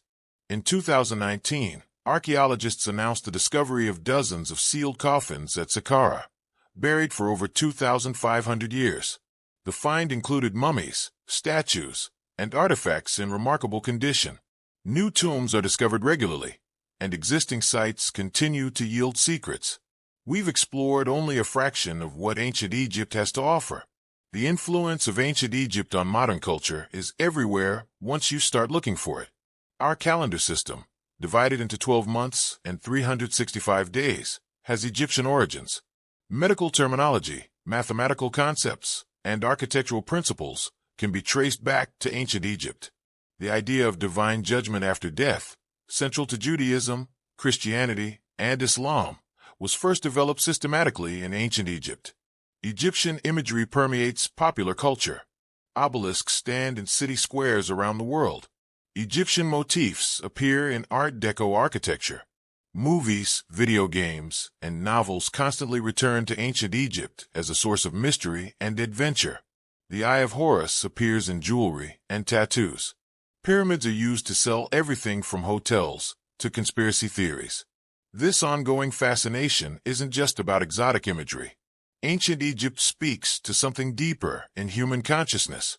It represents the possibility of immortality, of creating works that outlast the fleeting span of human life. The pyramids have stood for 4,500 years, enduring when empires have risen and fallen, when languages have been born and died, when entire civilizations have come and gone. Egypt also represents the power of human aspiration. The ancient Egyptians looked at the chaos of existence and insisted on creating order. They looked at death and insisted on life eternal. They looked at the desert and created a civilization that flourished for 3 millennia. They faced the fundamental questions of human existence. Why are we here? What happens when we die? How should we live? And they created answers that were beautiful, profound, and enduring. The Egyptian concept of Maat, truth, justice, balance, order, remains relevant today. In a world that often seems chaotic and unjust, the Egyptian insistence that Maat must triumph, that cosmic justice will prevail, that actions have consequences, offers hope and moral guidance. The weighing of the heart against the feather of truth is a powerful metaphor for how we should live our lives. The Osiris myth, with its themes of murder, resurrection, and justice, continues to resonate. It's a story about how even when chaos and evil seem to triumph, even when the good are destroyed, love and justice can bring about restoration and renewal. Every culture needs such stories, myths that give meaning to suffering and promise ultimate redemption. As we conclude this exploration of Egyptian myths and facts, what should we take away? First, that the ancient Egyptians were real people, just as intelligent and capable as we are, who created an extraordinary civilization through their own ingenuity and effort. They deserve to be understood on their own terms, not dismissed as primitive or credited to imaginary aliens. Second, that mythology and religion weren't primitive superstition, but sophisticated systems for understanding existence, maintaining social order, and providing meaning to human life. The Egyptians grappled with the same questions we face today and developed answers that sustained their civilization for 3,000 years. Third, that the past is not dead. Egyptian ideas, filtered through Greek, Roman, Christian, and Islamic civilizations, helped shape the modern world. We are all, in some sense, heirs to ancient Egypt, whether we realize it or not. Fourth, that there is always more to discover. Every year brings new archaeological finds, new scientific techniques, new insights into how the ancient Egyptians lived, thought, and understood their world. The story of ancient Egypt is still being written. Finally, that the human desire to create meaning, to achieve immortality, to triumph over chaos and death, is universal and timeless. The ancient Egyptians built pyramids. We build different monuments, but the impulse is the same: to create something that will outlast us, to leave a mark on eternity, to declare that we existed and mattered. The pyramids still stand after 4,500 years. The temples, though ruined, still inspire awe. The statues, the papyri, the mummies, all these remnants of ancient Egypt continue to speak to us across the millennia. They tell us that human beings are capable of extraordinary achievements, that civilization can create lasting beauty and meaning, that the human spirit can aspire to immortality and, in some sense, achieve it. Ancient Egypt is not just history. It is a testament to human potential, a reminder of what we can accomplish when we combine vision, determination, and collective effort. The gods may no longer be worshipped, the pharaohs may no longer rule, the ancient language may be spoken only by scholars, but the legacy of ancient Egypt lives on. It lives in our calendars and our concepts of justice, in our architecture and our art, in our myths and our dreams of immortality. As long as the pyramids stand, as long as scholars decipher hieroglyphics, as long as people wonder about life, death, and the meaning of existence, ancient Egypt will continue to fascinate and inspire. The civilization that began in the Nile Valley over 5,000 years ago has achieved what its people hoped for, immortality. Not in the literal sense of living forever, but in the sense of creating something so meaningful, so beautiful, and so enduring that it will be remembered and honored as long as human civilization exists. That is the ultimate achievement of ancient Egypt, not the pyramids themselves, impressive as they are, but the creation of a culture whose influence has rippled through time, shaping civilizations that came after it, inspiring countless generations, and continuing to speak to fundamental human concerns millennia after the last pharaoh died. In that sense, ancient Egypt truly is eternal.